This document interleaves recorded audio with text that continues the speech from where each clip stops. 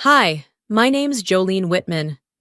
On my 33rd birthday, my parents handed me a silver envelope, wrapped like a gift, tied with a bow. Inside was an eviction notice. No warning, no apology, just silence. And a signature. They smiled while they erased me, right in my own home. Since then, I've discovered forged documents, secret meetings, and a cousin who turned my childhood room into a showroom for investors. But the part that still haunts me? They didn't ask me to leave. They planned it so I'd never belong in the first place. Why would a family do this and still call it love? The morning sun filtered through the linen curtains of my kitchen, catching on the copper handles I had polished myself just the day before. It was my 33rd birthday, but there wasn't a balloon in sight, only the soft clink of plates, the hum of the old ceiling fan, and the low murmurs of relatives filling the house I'd spent 6 years bringing back from the brink. The house on Willow Street wasn't just an address. It was the one thing I had managed to rebuild with my bare hands after everything else in my life had quietly crumbled. Every floorboard told a story. Every windowpane reflected years of sacrifices I never mentioned out loud. I thought today might be simple. A gathering, a cake, maybe even a laugh or two with people I called family. I thought wrong. They arrived just after 10. My father was the first through the door, looking older than I remembered, followed by my mother, who brought along a store-bought pie wrapped in foil. My brother Daniel came with his wife, quiet as always. And then there was Callista, my cousin, who showed up in a silk blouse, heels too sharp for wood floors, and a voice sugar-coated with pleasantries. I had spent the morning arranging lavender from the garden into mason jars, placing them by the windows like Grandma used to. I baked the cake myself, vanilla with lemon frosting, a nod to the recipe she passed down in a notebook I still kept in the kitchen drawer. I had wanted the day to feel rooted, intentional. Maybe if I created something beautiful, they'd remember how much I had loved this place. "Jolene, open your gift," my mother said, her voice a little too high, her hands too still. She passed me a silver envelope tied with a neat red bow. For a second, I thought maybe it was a card with something sentimental. Maybe a framed photo of Grandma and me from the summer we painted the porch swing. But the moment I slid my thumb beneath the fold and pulled out the papers, I knew this wasn't anything like that. The room quieted. I felt the heat rise in my chest before I even finished reading the header. Notice of eviction. Effective in 45 days. I didn't say anything. Couldn't. My mouth went dry. The scent of lemon frosting turned sour in my nose. The signature on the document was my father's. Below it, in delicate cursive, was my mother's. I looked up. No one met my eyes. "It's not what you think," Daniel offered, stepping back slightly. Callista just smiled, tight, knowing, like a woman watching her plan fall into place. "You're all serious?" My voice cracked somewhere between confusion and disbelief.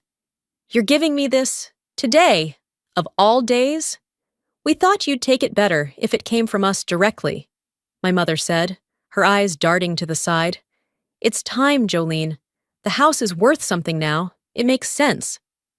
"To who?" I asked. "You mean it's worth more without me in it?" Callista stepped forward. "Let's not make this messy. It's a property decision, not personal." "Not personal?" I laughed, or tried to. "You stood in my kitchen, drank my coffee, and handed me an eviction notice like it was a party favor. Then I noticed it. The photo wall near the hallway, once filled with decades of memories, holidays, graduations, wedding days. My pictures were gone. In their place were staged portraits of the family, edited, pristine, as if I'd never been part of any of it. A silence sat heavy over everything. Even the ceiling fan seemed to slow. "I renovated every inch of this house," I said quietly. "With my money, my time, my life." Callista crossed her arms. "Yes, but you never added your name to the deed. Technically, it still belongs to your parents." I turned to my father. He didn't look at me, just stared at the floor like he was waiting for someone to turn off the lights. You all planned this, I said. You've been planning this. We didn't know how to tell you, my mother whispered. No, I said, louder now. You knew how. You just didn't want to see what it would do to me. I placed the papers on the counter, next to the cake. I didn't eat a single slice. By the time I stepped out onto the front porch, the sky had gone from blue to ash gray. The breeze from the marsh carried the scent of salt and something decaying beneath it. I walked down the steps slowly, each one creaking like it knew what was happening. No one followed. The people who said they loved me had handed me a deadline and stayed behind to enjoy dessert. I looked back once, just once, through the front window. I saw silhouettes moving, Callista leaning in to speak with Daniel, my mother cutting the cake, my father still standing near the sink. They didn't look toward the door. No one noticed I was gone. And in that moment, I knew. This wasn't the beginning of the end. It was the end of my silence. The next morning, I woke up still dressed in the clothes I'd worn to my own betrayal. My neck was stiff from the angle I'd collapsed on the living room couch, and a thin crust of frosting clung to the knife on the counter. No one had bothered to clean up the cake they never touched. Sunlight had shifted in the windows, but nothing else had. The air felt stale, as if even the walls were holding their breath. My boots tapped quietly across the hardwood I once restored on my knees. Every creak underfoot now sounded foreign, like I didn't belong here anymore. I walked past the photo wall again. They'd rearranged it. Where once there were pictures of Daniel and me on the porch swing, our graduation in front of the cherry tree, now hung a tight, curated collage. A professional shot of my parents at some charity gala, Callista mid-laugh in a vineyard, Daniel with his wife on a beach. Not a single frame of me. Not even the one with Grandma in her apron, brushing my hair by the kitchen window. I didn't touch the frames. Just stood there, staring, heart tight. The message was clear. This wasn't my home anymore. I was being erased one memory at a time. In the kitchen, my phone buzzed. Just a spam notification. Nothing from family, no apology, no explanation. I opened my email out of habit. Still nothing. I typed Willow Street into the browser bar, not even sure what I was looking for. And that's when it hit me. There it was. My house. Listed online. 4-bedroom, 2-bath, fully renovated Southern charm. Photos I didn't recognize. Angles I never authorized. Wide shots of the living room I painted by hand. My bedroom photographed without consent. Even the garden out back, now described as a potential build site. The listing contact? Callista Monroe. I scrolled slowly, feeling the pressure build behind my ears. They'd done all this while I was still living in the house, selling it like a secret. I closed the browser, heart pounding, and pulled up the old family group thread on my phone. The name had changed. Rickman's Only. I wasn't in it. I stared at the screen until it blurred. Then a voicemail pinged. From Daniel. It must have been a pocket dial. He hadn't meant to send it. I pressed play. Callista said we're past the point of negotiating. She's got Mom and Dad on board. It's already lined up with the city. Just let her manage it. Then a click. The message ended. I sat down at the kitchen table, palms pressed against its surface, grounding myself in something solid. They weren't just pushing me out. They were rewriting the entire family narrative, like I'd never mattered, like I'd never been here. My breath came shorter, but I refused to cry. Not again. I looked toward the studio at the end of the hall, the one room untouched in the listing. I walked there slowly, like stepping through fog. Inside, the scent of wood polish and lavender oil still lingered. The vision board I made years ago hung on the far wall, photos pinned beside magazine clippings of warm porches and reclaimed cabinets. In the corner was a stack of permits, rolled blueprints, receipts for everything from plumbing to paint. This was the proof. This was the record of who really gave life to this house. I dropped to my knees and began pulling everything out, one folder after another. No plan yet, just instinct. I didn't know what I was going to do with it all, but I knew I wasn't going to let them bury me in my own work. Stacks formed across the floor, before and after shots, tax filings, contractor letters. All of it had my name on it. None of it had theirs. When I finally stood, my hands were shaking, not from fear this time, but from clarity. The kind that comes when you realize the only way out is forward. I stood at the doorway of the studio, looking back at everything I'd gathered. They can try to cut me out, I whispered to no one, but I was the one who built it. I didn't go upstairs right away. The day had drifted slowly, like dust settling in an abandoned room. I kept finding tasks to do downstairs, organizing drawers I never used, wiping counters already clean, anything to avoid opening that door. But by late afternoon, I knew I had to face it. The stairs creaked beneath my weight, the same way they had every day since I repaired them myself. But this time, each sound echoed too long. I reached the landing and hesitated outside my bedroom. My hand rested on the doorknob for a second that stretched. When I finally pushed it open, the air inside was colder than I expected. Gone. The bed, the shelves, the curtains I sewed by hand, every piece of what made this room mine had vanished. All that remained was the pale imprint on the carpet where my dresser used to stand. And in the center, under the glow of the overhead light, sat a scale model of a condominium project.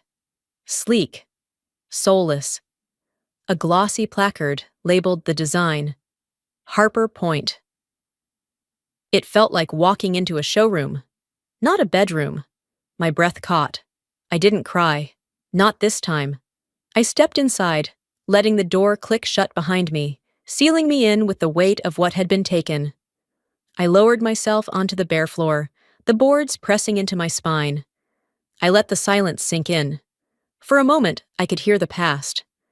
Grandma humming as we pasted wallpaper together. Me, at 17, scribbling poems in a notebook beside the open window, the breeze from the marsh stirring the curtains. Nights I painted trim by flashlight, measuring progress by the smell of paint and the ache in my hands. I crawled to the closet, hoping something, anything, might have been left behind. And there, tucked in the far back corner, taped flat against the wall, was a box. Just a small cardboard box, no label. I pulled it free and opened it. Inside were letters, written in my grandmother's familiar looping script, tied with twine and sealed with wax that had cracked over time. The first envelope read, "Jolene, for when they forget what you've done." My throat tightened. I didn't open them, not yet. I wasn't ready. But I held the box close, grounding myself in the one truth I still had. Someone had remembered. Someone once believed I mattered. Later that evening, I found my mother in the kitchen, arranging china that hadn't been touched since Easter 2 years ago. I watched her for a moment, calm, focused, as if she hadn't signed the notice that pushed me out. "You cleared out my room," I said, my voice steady. She didn't look up. It needed to be staged. "For who?" She gently placed a teacup into its saucer. "Callista has investors coming." "I see," I waited. "You could have told me." She finally turned. "I gave up my claim to this house years ago. It's not personal. It's just what women in this family do. We let go." "Maybe that's what you did," I said quietly. "But don't pretend it's a virtue." There was no anger in her face, just resignation. That hurt more than yelling ever could. I left the room without another word, took the box of letters to my studio, and began documenting everything. I pulled out my camera, snapped photos of the changes they made, the architectural model in my room, the bare nails on the wall where my memories once hung. I opened my filing cabinet and pulled out permits, receipts, sketches, years of proof that I had poured everything I had into this place. I started organizing it all into a binder. No idea where it would lead, but it felt like reclaiming something. If only for me. Before heading out for a walk, I took a sheet of paper and scribbled a sentence in bold black ink. I walked upstairs, taped it to the door of the now-staged bedroom, and read it aloud to myself before I left. I didn't leave. You just stopped seeing me. The wind had picked up outside. I zipped up my jacket and stepped off the porch, each footstep deliberate. I needed air, even if it tasted of damp wood and disappointment. As I rounded the corner of the house, headlights cut through the dusk.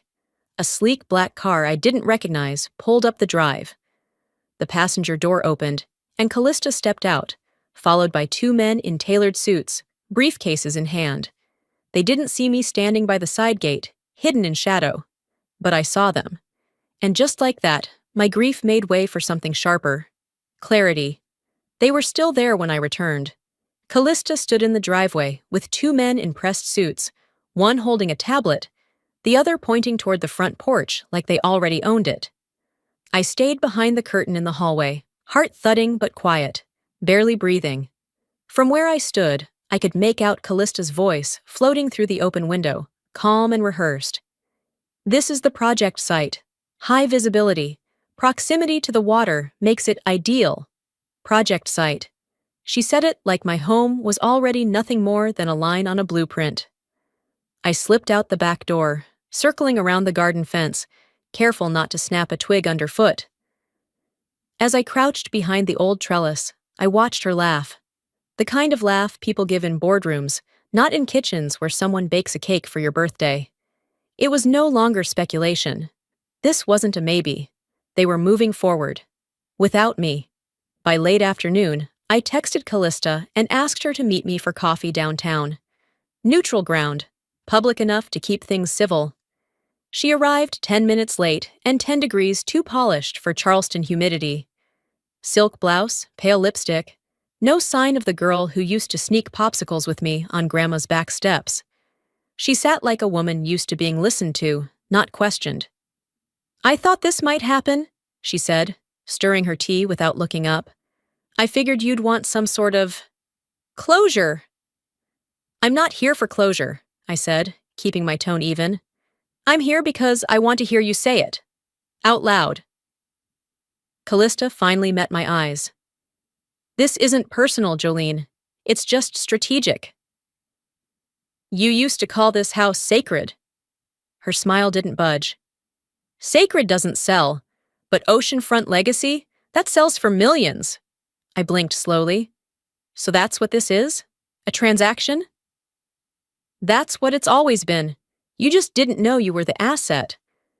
She took a sip of tea like she hadn't just told me my worth was measured in resale value. I stood up before she could finish. I needed to know how deep this went, and who else had been sitting at her table when I thought we were all on the same side. Later that evening, I met with Noelle Kramer. We hadn't spoken in years. She was Callista's classmate in college, now working in the city's records office. We met in the lobby of the library, away from prying eyes. "She's been circling this block since sophomore year," Noelle told me. "Talked about reclaiming family assets, like it was part of her brand strategy. She's had coffee with half the planning board. People think she's connected." "Connected to what?" "To your dad," she said flatly. "They've been having calls, regular ones, planning permits, legal transfers, quiet moves." I didn't speak. My hand curled into a fist on the table. Not because of the betrayal, I'd felt that already, but because of the pattern. This wasn't a single act, it was a campaign, a long, slow removal of my place in this family. That night, I went home and opened my laptop. The house was quiet again. So quiet I could hear my own breathing. I drafted an email to my father and Daniel. No emotion, no pleas, just facts. "If development continues without my consent, I will take legal action. This is your only formal notice." I printed a copy and taped it to the front door, right where Callista's sign had been. Then I walked into the center of the living room, the one where we used to decorate the Christmas tree together, and turned slowly in a full circle. This place had been stripped, sanitized, turned into something hollow, but it still had bones, and I knew those bones better than anyone. "If I'm invisible to you all now," I said aloud, voice steady and clear, "then let me reintroduce myself, with proof." I came home with the weight of city records in my bag, and something heavier sitting behind my ribs. Every minute I'd spent digging through deeds and zoning applications at the clerk's office only confirmed what I already knew in my gut. This wasn't just a power play. It was a coordinated sweep, and they were moving fast. I stepped through the front door and paused. The air was different. Not just stale, stripped. Like someone had opened all the windows, aired out the past, and tried to hang something cleaner in its place. I walked the perimeter of the house slowly, notepad in hand, jotting what had changed. The rug gone from the foyer, the old oak mirror replaced with a flat rectangle of black glass. Even the smell of lavender oil had been overtaken by the sharp tang of staged citrus candles. Halfway down the hallway, I heard voices. Male, confident, unfamiliar. I turned toward the back of the house and froze. Callista was in the dining room, gesturing broadly, her voice lilting in that PR cadence she used when she wanted to be impressive. Two men stood beside her in slim-fitting blazers, nodding, one tapping notes into a phone. "And this space is perfect for an open-concept reception lounge," she said. "We've already begun preliminary talks about permits." She didn't know I was there, and she certainly hadn't asked. I stood long enough for her to see me, long enough for her expression to slip, just for a second. Then I turned and walked out. I didn't speak to her that day. Instead, I sent a group text to my parents and Daniel that night, asking for 10 minutes of their time. Just 10. They arrived after dinner, reluctantly, as if responding to a summons rather than a daughter. We sat at the old kitchen table, which had been refinished, of course, without me. I slid a binder across the table. Receipts, permits, design plans, every dollar, every hour I put into this house over 6 years. No one touched it. I kept going. Callista's using the property for investor tours. Without my consent, the listing is live, under her name, and I've found at least 3 instances where documents list future development plans that contradict zoning laws. My father stared at the sugar jar. My mother, her voice barely audible, said, "You're making this harder than it has to be." "No," I said. "You did that when you gave away something I built." Then my father, finally speaking, muttered, "This is family business, Jolene. You wouldn't understand. It's not something for you to get involved in." I sat back, let the silence hang. Then I leaned in. "Then I guess it's time I acted like one of the grown-ups." They didn't stay long after that. When they left, I walked to the hall closet, pulled out the leftover can of white porch paint and a wide brush. I opened the front door. The night was quiet. My hands were steady, and across the inside of the threshold, I painted my name. Jolene Whitman, thick, bold, centered. By the time Callista returned that evening, the paint had dried. She stepped into the foyer, paused, and looked down. "What the hell is this?" she said. "My name," I answered. "In my house." She let out a soft, practiced laugh. "You really think that matters?" "It does now. You're escalating. This isn't going to look good for you." "If you cross that name again," I said, stepping forward, "I will take you down, publicly and legally." She opened her mouth, then shut it. The silence between us cracked like a rope stretched too far. I didn't wait for her to leave. Instead, I drove across town the next morning and met Ramsey at her office. She greeted me with a mug of black coffee and a look that meant business. "Tell me everything," she said, flipping open her laptop. By the end of the hour, we had the outline for a cease and desist drafted. Ramsey read it aloud, then added, "If she wants war in heels, let's show her a courtroom in flats." I smiled. But it wasn't victory, it was permission. Because I thought I had seen the worst, until they proved how low they were willing to go. By noon the next day, I'd driven across town to pick up a fresh ream of legal paper and a new external drive. I wasn't going to risk any of my documentation being lost, and every receipt, permit, and photo now had a backup. I was starting to feel a rhythm. Still angry, yes, but methodical. Focused. Until I came home. The front door was ajar. I paused on the porch, breath held, the plastic bag handles digging into my palm. I hadn't left it like that. No wind could have moved the deadbolt. I pushed it open slowly. Gone. The paint. The name I'd written across the threshold, my name, was scrubbed away. Not faded, not chipped, scrubbed. Deliberate. I stepped inside. The framed blueprints I'd left out on the dining table were missing. So were the binders. On the inside of the door, right where my name had been, was a taped printout. Bold letters in red. Pending possession. Harper Development. My stomach turned cold. I didn't shout, didn't call anyone. I walked to the kitchen, opened the drawer where I kept my tools, and checked what was left. Nothing seemed stolen, just rearranged, dismantled, as if my presence had been vacuumed from the house piece by piece. Upstairs felt the same, sanitized, erased. I climbed to the attic. It was the only place no one touched, not yet. The insulation still leaked. The floorboards still creaked under my weight.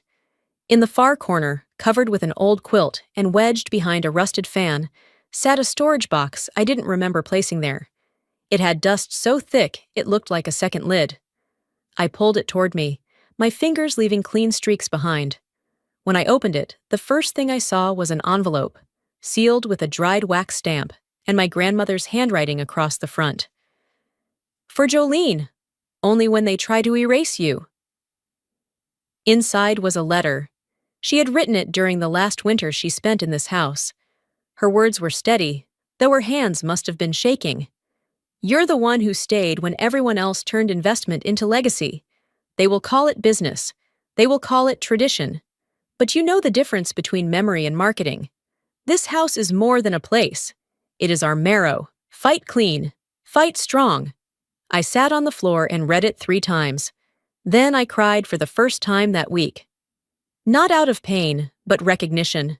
Somebody had seen me. Somebody had believed I was worth defending. That night, I met Ramsey again.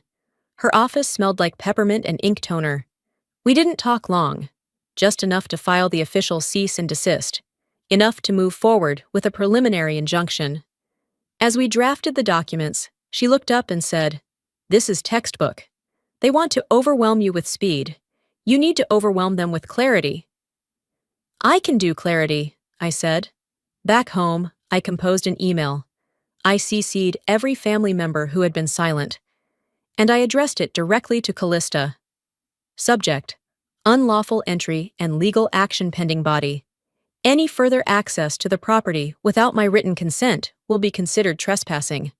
I have filed legal protection and will pursue damages if necessary. This house is not yours to sell. It never was. I hit send. At 11 that night, I heard the doorbell. I didn't answer it. But when I stepped outside 20 minutes later to lock the gate, I found a cardboard box on the porch. No name, no return address. Inside were 8 photographs, each one of a different room in my house. The kitchen I remodeled, my old bedroom, the garden swing. Red X's were drawn across each one. Fat. Aggressive. Final. Tucked beneath the last photo was a strip of printer paper. Step aside before you get buried in the dust. I stood there for a long time. Then I walked inside, turned off the porch light, and whispered to no one in particular. "Let's dance." I was coming back from the corner store, a bag of light bulbs in one hand and my phone in the other, when I ran into Mrs. Hanley. She was out watering her begonias, sun hat tilted, hose in hand like always. "Oh, Jolene," she smiled, waving me over. "Didn't expect to see you here. Thought you'd already moved out." I blinked. "Why would you think that?" "Well," she said, patting the brim of her hat, "your cousin stopped by last night, said the place was set for full demolition, said you'd already started clearing out." I stood there, gripping the bag so tight it crinkled. "She brought blueprints," Mrs. Hanley added. "Showed me what the condos might look like. She seemed very sure." I thanked her, though I couldn't recall what I said, and turned to leave, my feet moving faster than my thoughts could catch up. I spent the rest of the afternoon pacing the edge of the backyard. That's when I saw them, Red flags, wooden stakes, spray-painted markings across my grandmother's garden beds. They'd already started laying the bones of destruction. Inside, the house felt darker than it had in weeks. I sat at the dining table where I used to sort lavender stems, now cleared of everything but rage. By nightfall, I drove to my father's place. His truck was in the driveway. Porch light still worked. I knocked once, twice. He opened the door with a look like he'd expected me. "Did you give her the keys again?" I asked, before stepping over the threshold. He didn't answer. "Did you sign off on the demolition?" Still nothing. His jaw moved like he wanted to say something, but no sound followed. Finally, he said, "You'll understand someday. We had to pick a side." I looked at him, really looked, and asked, "So you didn't pick me?" His eyes welled up, but he didn't move. He didn't reach for me. Just stood there, hands in pockets, the same way he had when I first told him I wanted to restore the house instead of sell it. I turned around and walked away. Back home, I pulled every stake from the yard. One by one, tossed them into a pile like firewood. Ramsey called around 9. "It's time," she said. "We need to move on the injunction. I'll start prepping the public file." "No more quiet steps," I told her. "I'm about to make this family very, very public." That night, I didn't sleep. Instead, I set up my phone on a tripod and walked from room to room, filming. "This was my grandmother's sewing room," I said, pausing in the back corner. "She made my prom dress here." I showed the floorboards I refinished, the fireplace I rebuilt after termite damage, the dining table where we'd once said grace before Thanksgiving dinner. When the video was done, I uploaded it to the local community page along with a caption, "My family is trying to erase me. I'm not going anywhere." By morning, I had dozens of messages. Some were supportive, others shocked. Then one private message came through. "No name, no picture. They're going to regret underestimating you, and I have something you need to see." The message came through just after sunrise. No name, no subject line, just a file attachment and one line in the body. "You'll want to hear this before tonight." I sat at the edge of the bed, feet cold against the hardwood, and clicked play. It was Callista. Her voice was unmistakable, calm, clipped, condescending. "Once the party's over, no one will stop us. Not Jolene, not the city. The second that engagement photo hits the press, it's done." I played it again, slower this time. My skin flushed hot, but my mind stayed focused. I forwarded it to Ramsey without hesitation. Within minutes, she confirmed it. Voice match acceptable, date stamp intact, file admissible.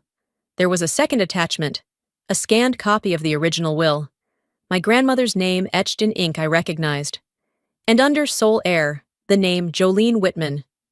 No edits, no asterisks, no pending reassignments, until a handwritten addendum in a different pen, dated 3 months after her first hospitalization, in a script that didn't match hers. They hadn't just stolen my house. They had rewritten history.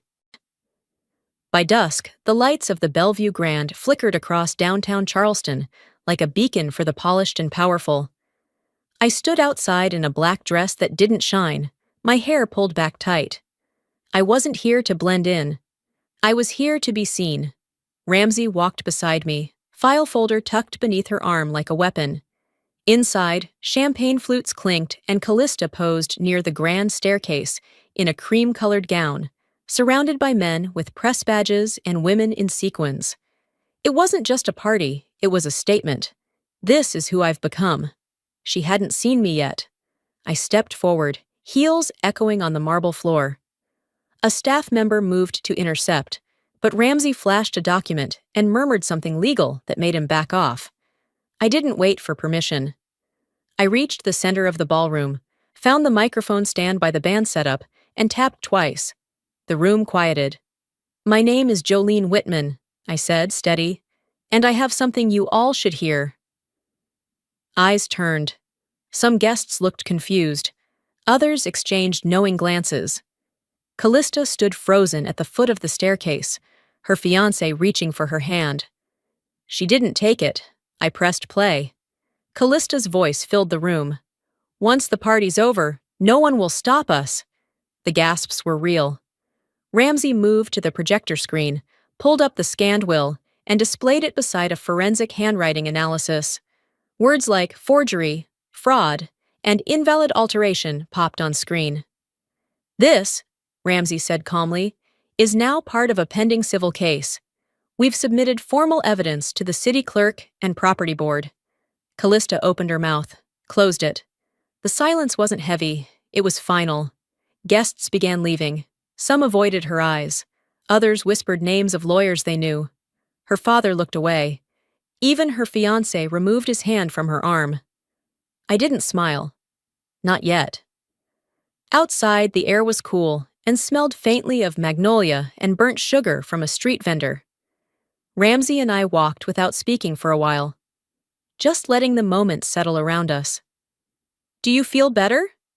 she finally asked. "No," I said, "but I feel seen." We reached her car. Before getting in, I checked my phone. The video I posted, my walkthrough of the house, the story I told, had reached 78,000 views. One message stood out from the flood of comments. "Thank you for standing up. You spoke for people like me, too." I let out a slow breath. I didn't win because I shouted louder. I won because I stopped whispering. And because the truth, once unearthed, doesn't rot quietly. But even justice has its scars. And some doors, once closed, never open the same way again. The morning light came soft and yellow through the front windows, painting the floorboards in a hue that reminded me of how this house used to feel. Before the papers, the threats, the betrayals. I stood barefoot at the base of the stairs, coffee cooling in my hand, and just listened. Not for voices or footsteps, but for stillness, for peace. It had been 2 weeks since the gala, 2 weeks since I stood in a room full of strangers and peeled back the mask Callista had worn for years. Since then, the air had settled, but nothing about it felt celebratory, just necessary. I walked the hallway slowly, each step against the wood beneath me, sounding less like a creak and more like a confirmation. A reminder that I had survived something not many do, being erased by the people meant to remember you. There were no calls from my parents, no apologies, no attempts to make sense of it all. My father had gone back to his sister's house. My mother stayed quiet, as always, and maybe that was its own kind of answer. But Daniel surprised me. Yesterday, a package arrived. No return label, no handwriting. Just a padded envelope and a single photo inside. Me and Daniel as kids, sprawled on the lawn eating popsicles, covered in dirt and sunburnt smiles. Taped to it, a post-it. "You were always braver." I didn't cry, but I stared at it longer than I meant to. The house had grown quieter, but not hollow. I started small renovations again. Not for curb appeal, for comfort, for permanence. I repainted the kitchen trim, replaced the faucet with one I'd always wanted, and cleared out the closet full of documents I no longer needed to prove anything. Instead, I opened the garden gate. The neighborhood kids helped me repaint the backyard fence in mismatched shades of green and blue, laughing as they left their handprints between the planks. I planted lavender along the back wall, just like Grandma used to. The scent clung to the evening air, like memory stitched into cotton. Neighbors who once looked away now waved. Some even stopped to chat. They asked about the video, about the trial, about healing. Ramsey and Noelle came by on Sundays, sometimes with iced tea, sometimes just to sit on the porch and listen to the wind roll off the river. We didn't talk about the case much anymore. There was nothing left to say that hadn't already been written or sworn under oath. One afternoon, while sorting recipes in the kitchen drawer, I opened my inbox and found a message from someone I didn't know. "You saved your house. I lost mine. But hearing you made me feel seen." I read it twice, then printed it out. It's taped to the fridge now, next to the last photo of Grandma and me. The one where she's standing in the doorway with flour on her cheeks and pride in her eyes. I don't know if what I feel now is forgiveness. It's quieter than that. Not relief exactly, not vengeance. Just a steadiness, a peace that I earned. Sometimes healing isn't loud. Sometimes it's repainting a wall with the radio on low, or hearing laughter in a place once filled with silence. Sometimes it's being able to sit at the window, cup of tea in hand, and not feel like you have to prove you're allowed to be there. I sit here often now. It's where this all started. Me, this house, the war I didn't ask for but fought anyway. Not every fight ends with reunion. Some just end. And that's enough. Because sometimes you don't get closure from others. You give it to yourself. They tried to bury me, in silence, in paperwork, in polite smiles, and forged signatures. But what they didn't understand was this. You can't erase someone who remembers who they are.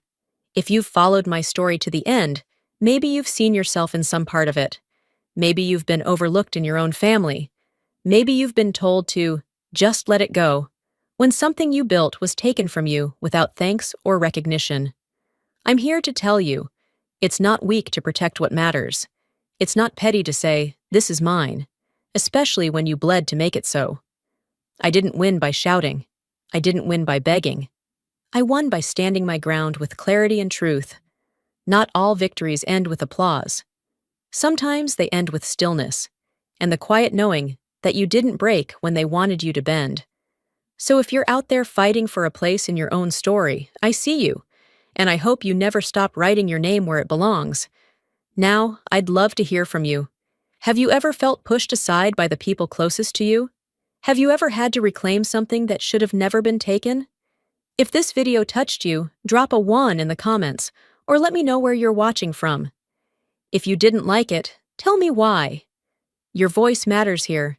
And if you want more stories like this, raw, honest, and full of heart, hit that subscribe button and be part of the journey. Until next time, take care of your truth, and don't let anyone write you out of it. Hi there, I'm Sloan. You ever get that sinking feeling, like you were the only one who didn't get the joke? Yeah, that was me. Standing alone on a crumbling dock, blindfold off, heart pounding, while my sister and her friends sped away, laughing. It was supposed to be a birthday prank.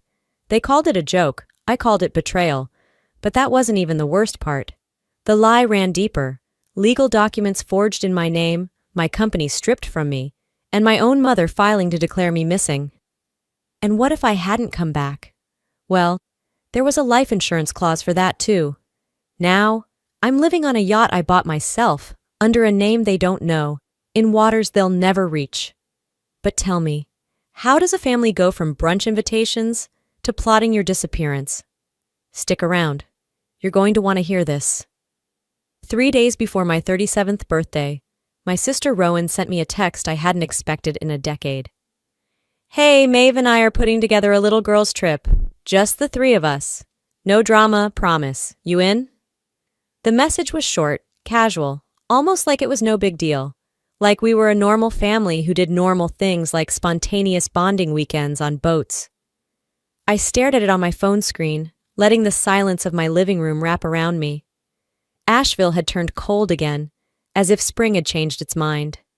I sat on the edge of my couch, phone in one hand, my other hand still holding the spoon from my half-eaten yogurt. I should have said no. Every part of my gut told me this was off. But hope, that stupid, persistent thing, made me hesitate. It always came back around birthdays, like clockwork. Later that afternoon, I called my mom to feel things out. She answered on the second ring, voice syrupy sweet like always when she thought she was playing peacekeeper. Oh, honey, I think it's lovely they're reaching out, Marian said, like we hadn't spent the last 4 years barely exchanging words.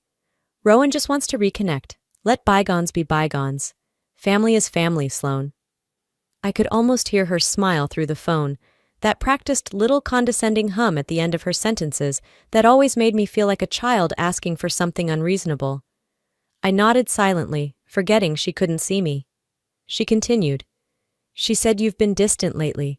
I told her, give her a reason to come back in. That was the bait. The hook? An all-expenses-paid birthday weekend aboard a rented cruiser with my estranged sister, her socialite best friend Maeve, and a few of their carefully selected entourage. The kind of trip influencers post in curated Instagram carousels with captions like, "Unplugging with my girls, saltwater and soul talk." I responded to Rowan with a thumbs up emoji. That's all she got from me. That night, I was at my mother's house, picking up an old duffel bag I'd stored there years ago, and Marion insisted I stay for dinner.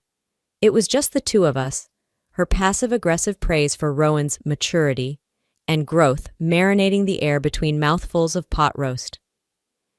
Afterwards, I asked to borrow her laptop. Mine had bricked last week and I needed to confirm a wire transfer for work. She waved me toward the den and told me the password hadn't changed.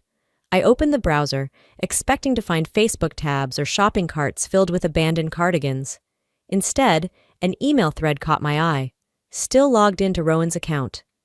Subject line, GoPro angle check. Let's get her face when she realizes she's stranded. I clicked, breath catching in my throat as if I'd been slapped. Maeve had replied to the original message with a laughing emoji and a file attachment. "This test clip is gold. Can't wait to do it for real. I want to see her cry."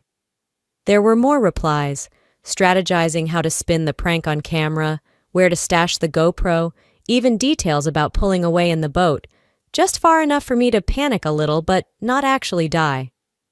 My name was in every message. They called it a harmless reset. They joked about how it would put things in perspective for the clingy sister. Maeve even referred to me as the legacy leech. I sat there for a full minute, letting the words etch themselves into my skin. My fingers moved before my mind did.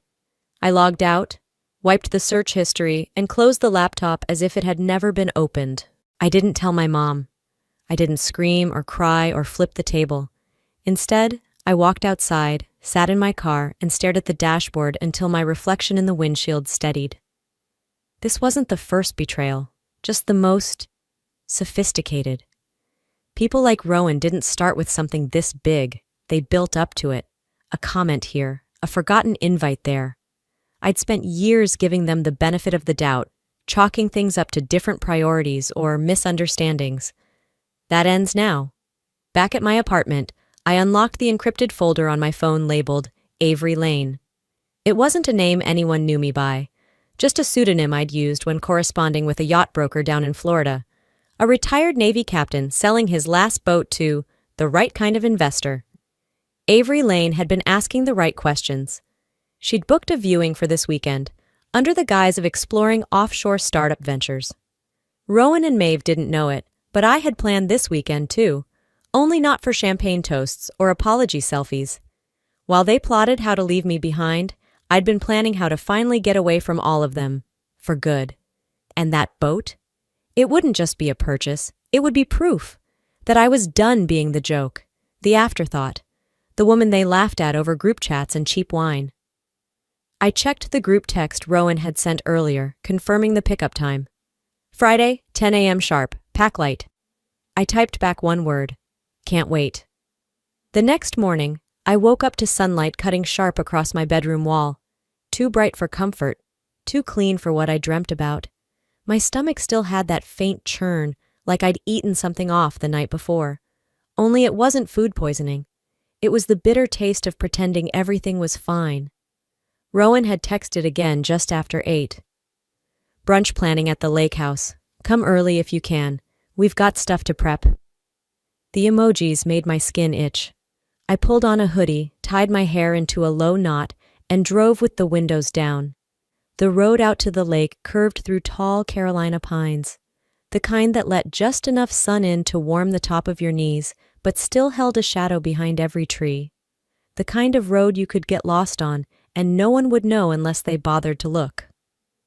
When I got to the house, Maeve's car was already in the driveway, along with a red Tacoma I didn't recognize, probably Ellis's or Wes's. The whole place looked like it belonged on a real estate brochure for curated rustic retreats, complete with cedar siding, Adirondack chairs, and a cooler filled with seltzers on the porch. I knocked once and stepped inside. "Hello?" Rowan's voice called from somewhere out back. "We're just setting up. Make yourself at home." I kicked off my shoes and wandered through the house. I was going to look for the bathroom, maybe wash my face before putting on the fake smile I'd spent a decade perfecting. But as I passed the kitchen, I heard laughter, low, familiar, sharp. I followed it like a bloodhound. The sliding door to the back patio was cracked open just enough to hear every word. Maeve was already buzzed, her voice like broken glass on tile. "We just gotta get her face when it hits her. Like really hits her. Imagine it, she's all, 'Wait, where are you guys going?' And we're like, 'Oops, priceless.'" Rowan laughed so hard she wheezed. "She's always been the dramatic one. This'll finally prove it. A few hours on that island and she'll melt down, just like always. We'll frame it like some emotional reset." I didn't breathe. Ellis chimed in, "We'll call it emotional boot camp. Turn off the Wi-Fi, leave her a granola bar, and let her cry into the bushes." Wes, the only one who sounded remotely uneasy, muttered, "This is borderline illegal, you know. Like, what if something actually happens to her?"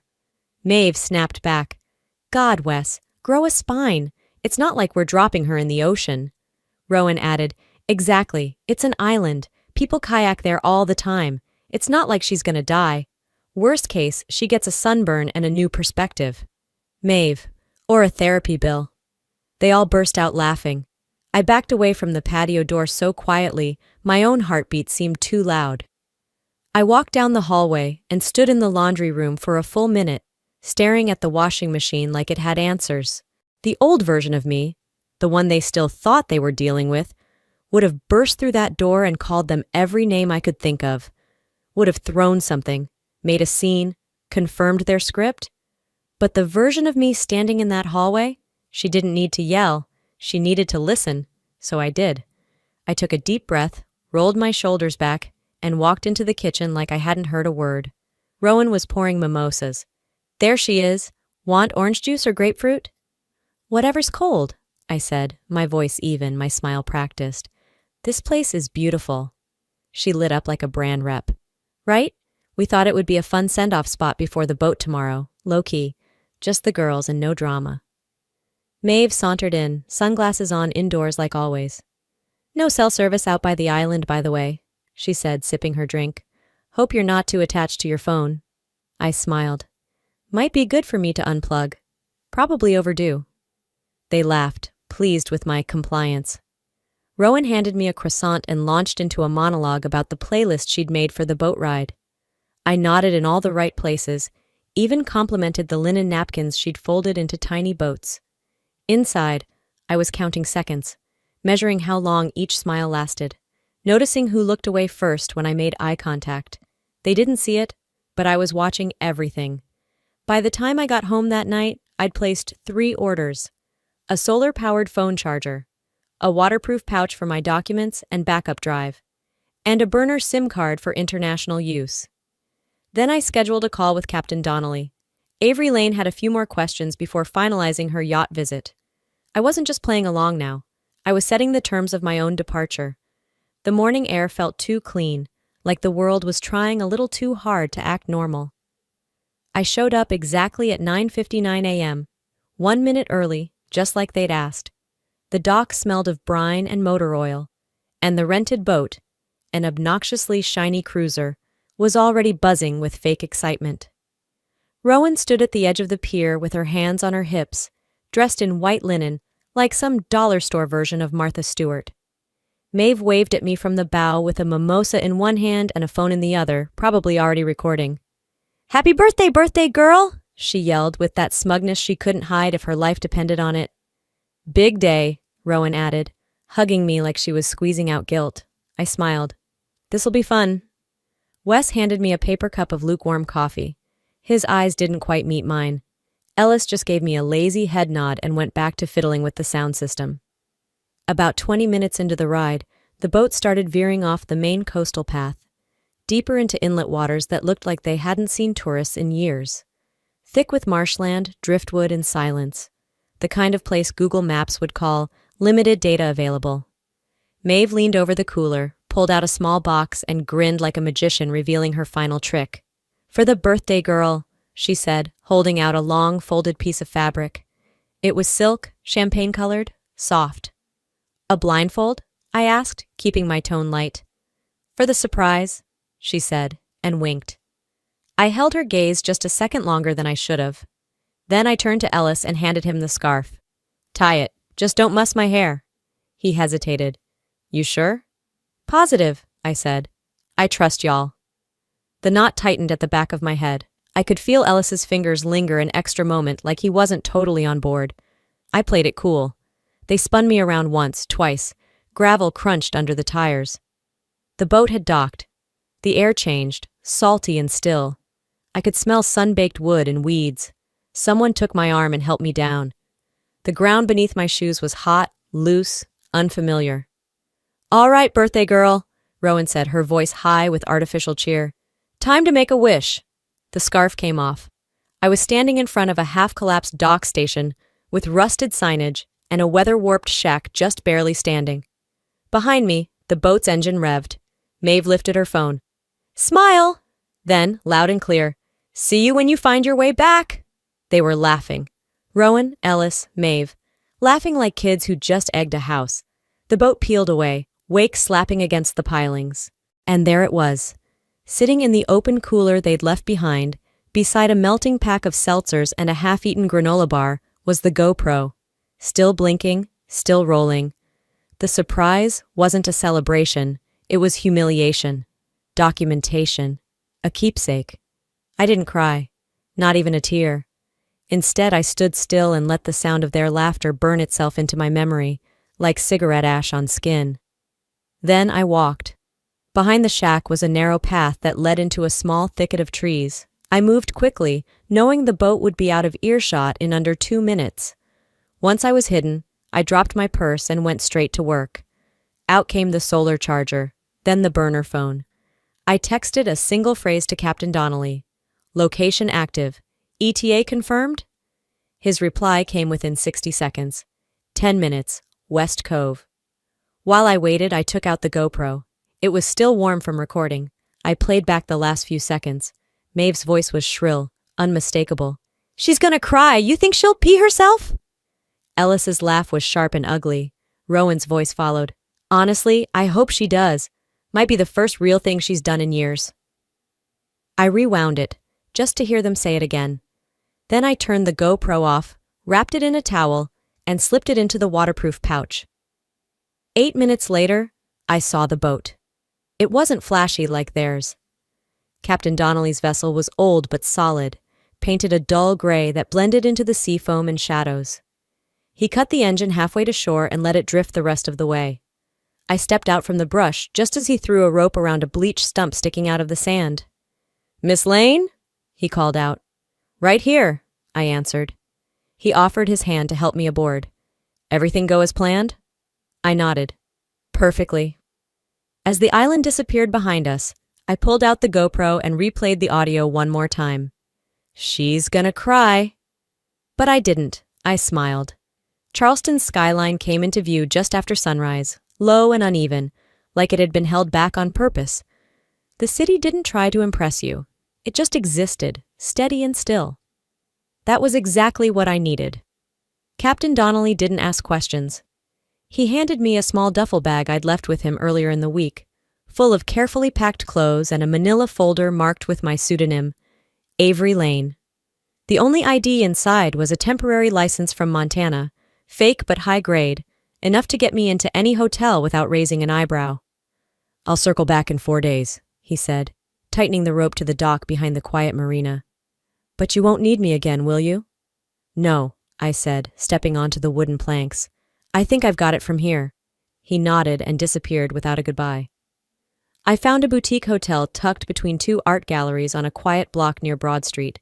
Its front desk clerk didn't ask questions when I slid the license across the counter and paid in cash. My name for the next week was still Avery Lane.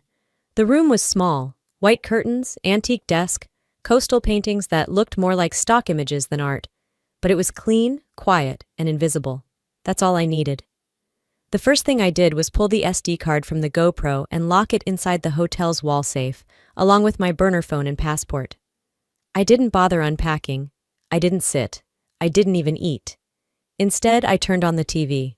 Within seconds, I found it. Local news. Breaking banner across the bottom. Woman missing off island coast. Family pleads for help. There she was. Rowan, standing at a podium with a Charleston County Sheriff's deputy just behind her, putting on the performance of a lifetime. Her voice was breathy, cracking just enough to sound authentic. "She's always been sensitive," she said, blinking at the cameras. "She's struggled with emotional regulation since we were kids.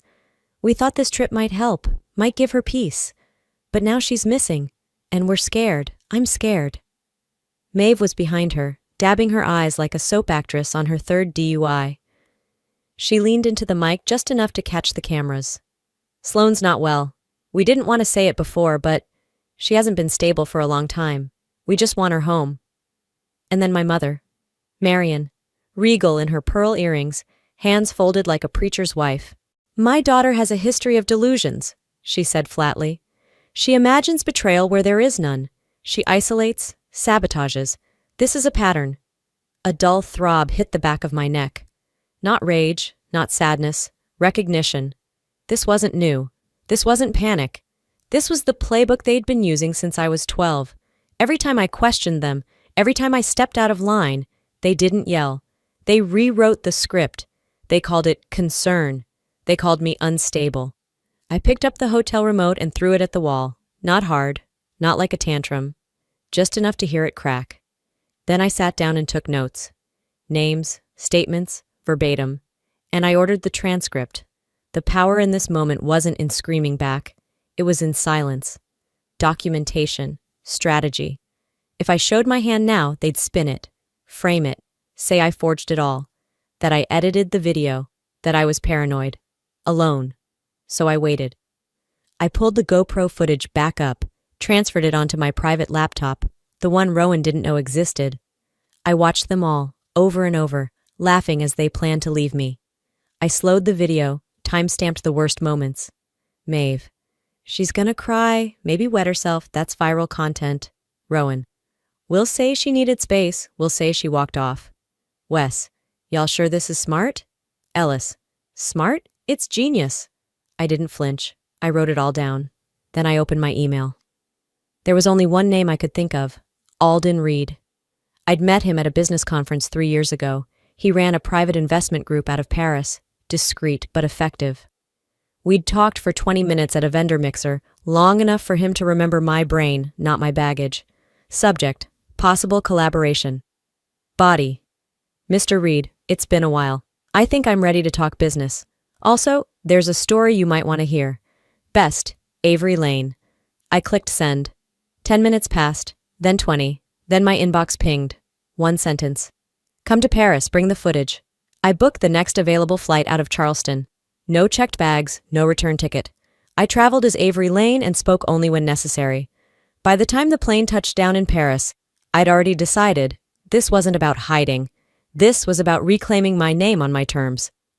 Alden's assistant met me at Charles de Gaulle holding a sleek black sign that simply read, "Miss Lane." No drama, no fanfare. Just a driver in a tailored coat, an unmarked black car, and the kind of silence that felt like sanctuary. The drive to Alden's office was quiet, the city drifting past in tones of ash and gold. We pulled up to a building tucked into the 8th arrondissement. All old stone and understated wealth.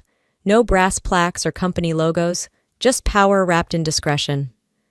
Alden waited in a private meeting room, lined with soundproof glass and minimalist decor. He didn't greet me with questions or pleasantries. He just gestured to the leather seat across from him. I sat, unzipped my bag, and placed the GoPro and 2 flash drives on the table. "I'm not here for revenge," I said, locking eyes with him. "This isn't evidence. It's insurance. I'm not trying to destroy them. I just refuse to let them destroy me." He studied me for a long moment. "Understood," he said. "Would you prefer espresso or wine?" I almost smiled. "Espresso," I replied. He poured it himself. We talked for 2 hours. He never asked about the past directly. No curiosity about the boat or the betrayal.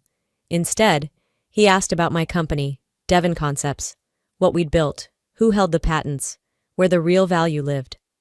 "I remember your name from a financial journal, actually," he said, clicking through a profile on his tablet. "You were featured for your AI logistics model 2 years ago, quietly revolutionary. And now, Your name's nowhere. I leaned back, arms folded. They've been working on that. He didn't need to ask who they were. Later that afternoon, Alden introduced me to his legal consultant, Madame Cazalet. Elegant, blunt, French, deadly efficient. She pulled out a folder with printed documents and set them in front of me like they were nothing. Your mother, Marion Devon, has filed to assume temporary control of Devon Concepts, she explained, switching to flawless English. Filed as medical leave.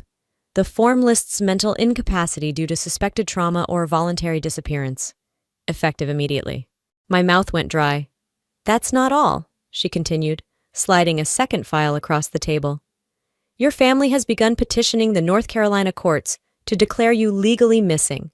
Testimonies from Marion, Rowan, and a third woman, Maeve Cartwright, state that you exhibited erratic behavior prior to your trip. They claim you were under emotional distress, possibly suicidal. I didn't speak. I just stared at the pages, at the lies dressed in soft concern. The phrases hit like ice. We love her, but we were worried. She pushed people away. She always carried that darkness. They weren't satisfied with pushing me out. Now they wanted to erase me. I closed the folder carefully. I didn't cry. I didn't scream. I simply stood and walked out of the meeting room, past the assistant, past the front desk, until I reached the quiet street outside. Paris was alive. Bakers setting out fresh pastries, couples arguing over which metro line to take, children tugging at their mother's sleeves. And here I was, walking along the Seine, invisible in a city that didn't care what your last name was. They used to say I was the fragile one, that I overreacted, that I couldn't take a joke. They'd laugh while I cleaned up the messes they left, at work, at home, during holidays. I stayed late when the developers quit. I answered phones while they posed on beaches for their girl boss Instagram reels. I built the thing they're trying to steal. Now they call me unstable. I stopped at the Pont des Arts Bridge and leaned on the railing, the wind tugging at my coat. I thought about all the nights I stayed in the office until 3 a.m., coding through blurry eyes while Rowan slept off martinis on my couch. All the times I gave credit away because she needed the win more. And now she'd be sitting in my chair. But not forever. Back at the apartment Alden had arranged, a sleek two-bedroom loft with a view of the Eiffel Tower, I powered up the laptop and drafted an email to a discreet litigation firm in New York. Then I encrypted a second drive with the full GoPro footage and had it overnighted to my attorney of record, just in case. And then I wrote one final message, to Alden. Let them proceed. I'll respond in my own time. He called within the hour. What's your next move? He asked. I stared out the window. Whatever makes them believe they've won. The next morning, I woke to a flagged email marked Urgent Beneficiary Update in all caps. It was from a legal assistant I hadn't heard from in over a year, Terry Klein, someone who used to handle my old insurance policies before I shifted everything in-house. The message was short. One sentence. Change of beneficiary confirmed. Per submitted health concerns. Attached was the updated documentation. My name, my birth date, my policy number, my mother's name, Marion Devon, listed in bold as the 100% primary beneficiary. If I died tomorrow, she'd collect everything. Quietly, legally. I stared at the screen, my hand frozen midair. Not from surprise, just from the confirmation that this was never just about humiliating me or shaming me out of my own company. This was about wiping me off the board completely. If not in flesh, then on paper. It wasn't some over-the-top murder plot. It was more elegant than that, more suburban. If I happened to stay gone, if I just wandered too far, got overwhelmed, stopped returning messages, the paperwork would already be in motion. The life insurance, the missing person filings, the mental health statements already on file. This wasn't control anymore. This was a soft erasure. I got dressed in silence, poured a black coffee I didn't finish, then picked up my secure phone and called someone I hadn't spoken to since last Christmas. Aaron, hey, I said. My voice was calm, too calm. I need to ask a question, off the record. There was a pause, then a cough on the other end. Aaron worked in the records department at the Buncombe County Courthouse. She was detail-oriented, allergic to confrontation, and used to be the kind of friend who'd bake you banana bread when your car got towed. "Sloan," she whispered, "Jesus, I didn't think I'd ever hear from you again. Are you okay?" "That depends," I replied. "Can you tell me why a document transferring insurance beneficiary rights was pushed through without notice to the policyholder? Specifically one where the policyholder was missing?" Dead silence. I didn't speak again. I waited. Eventually, she sighed. "I didn't process it myself, but I knew about it. There was pressure." "What kind of pressure?" Her voice dropped lower. "Your mom made a donation to the county scholarship fund, like 2 days before the update. A big one. It wasn't illegal exactly. But she told the clerk it was urgent and gave all the supporting psych documents. Your sister's name was on the cover letter. And you didn't say anything." Aaron swallowed hard. I could hear it. "I needed help with my son's tuition. The donation covered his final semester. They said you were gone, Sloan. They made it sound like you weren't coming back." I didn't scream. I didn't even raise my voice. "I get it," I said flatly. "You chose survival." "Sloan, I didn't mean—" "I understand," I interrupted, "but I won't be calling again." I hung up before she could try to make me feel sorry for her.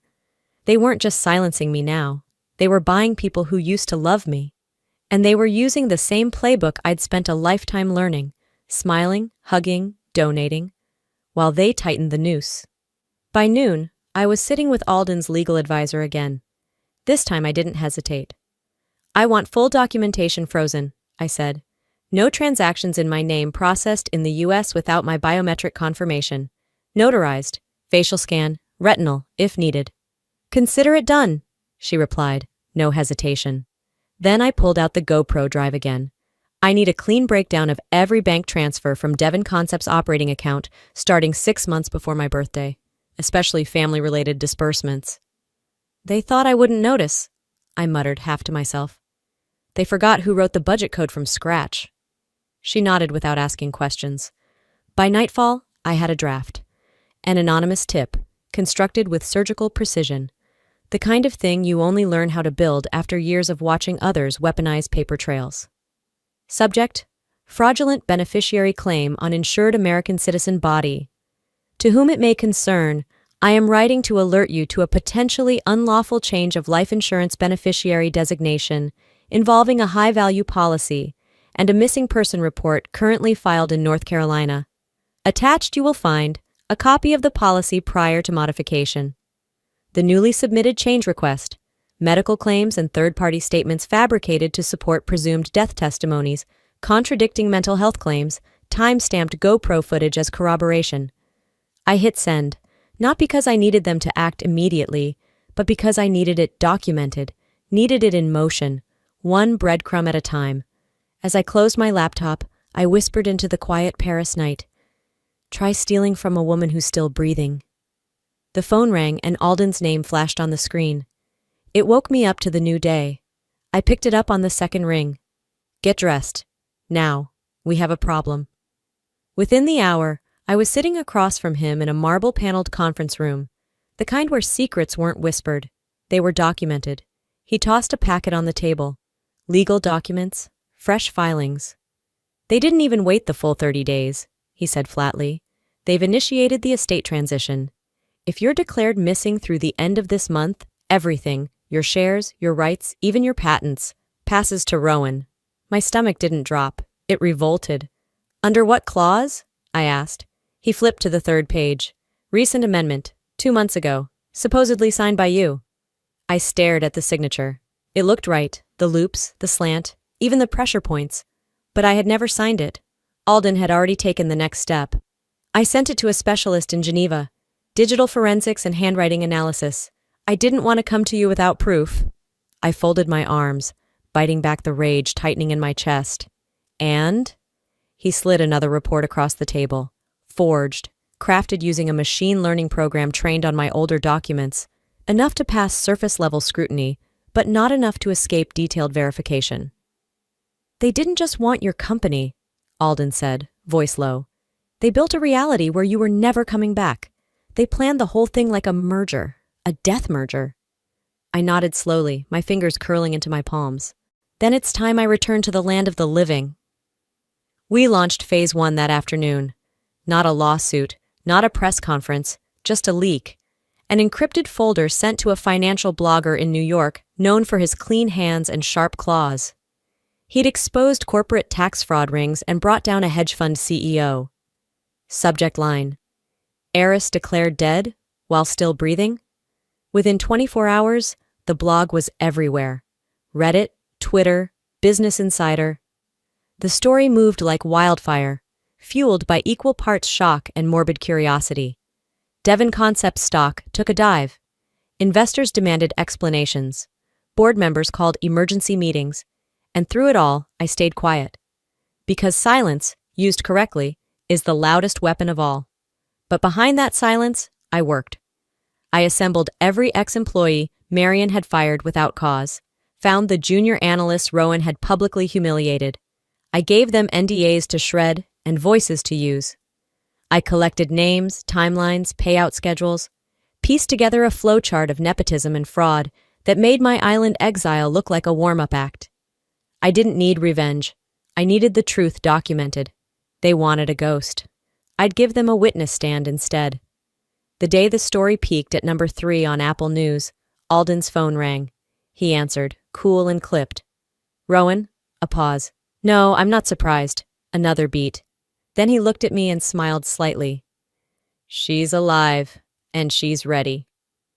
Alden didn't have to tell me twice. I packed my bag that night, not because I was nervous, but because I'd waited long enough to face them.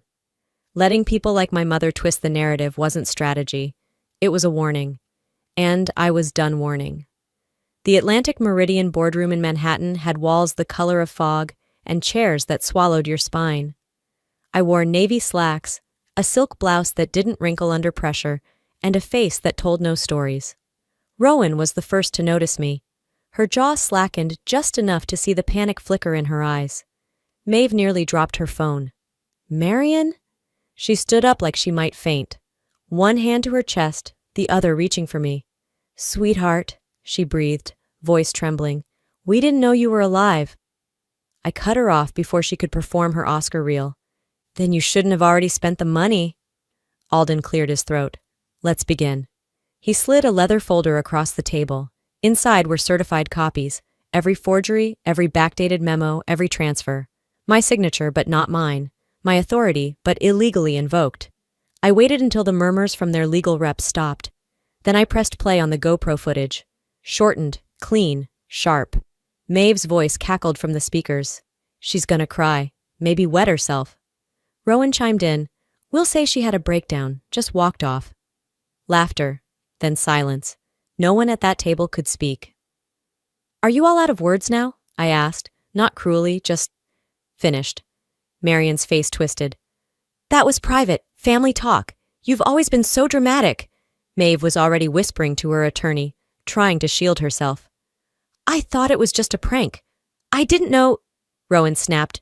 Don't turn on me, Maeve. This was your idea. Alden raised a hand like a judge calling order. Let's be clear. Miss Devon is here because all of you lied to the court, committed document fraud, and actively tried to claim her estate while she was alive. You don't get to plead confusion now. I leaned forward slightly. This isn't about payback. It's about memory. Mine's working just fine. By mid-afternoon, the formalities were done. Rowan was removed from the Devon Concepts board, effective immediately.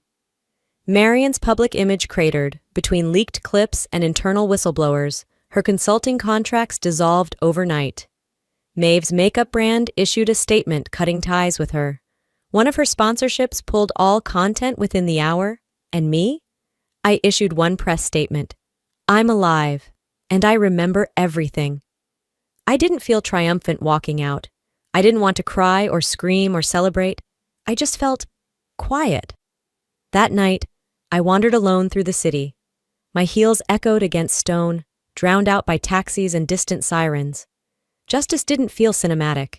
It felt like walking out of a tunnel and realizing the sky was still above you. Always had been. At the hotel, I texted Alden.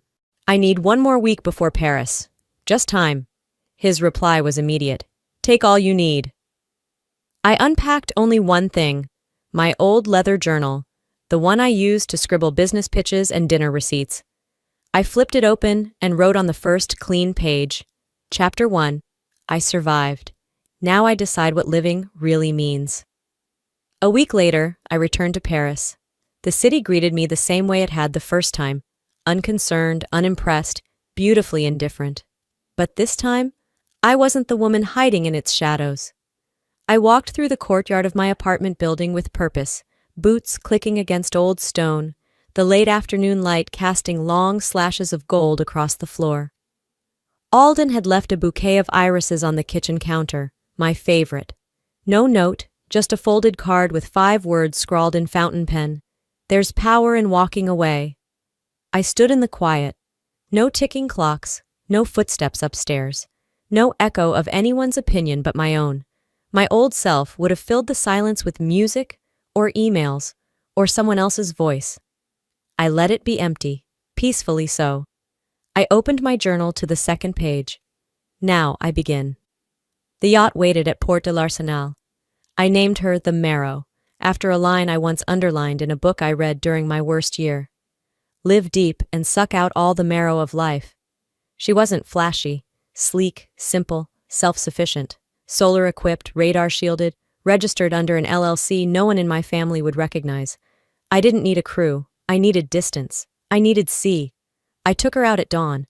The engine hummed beneath me, gentle as breath. No champagne bottle cracked across her bow. No send-off from weeping onlookers. Just me, barefoot, navigating past the last slip of the city skyline. There's something holy about water that stretches farther than your past. It erases things without asking permission.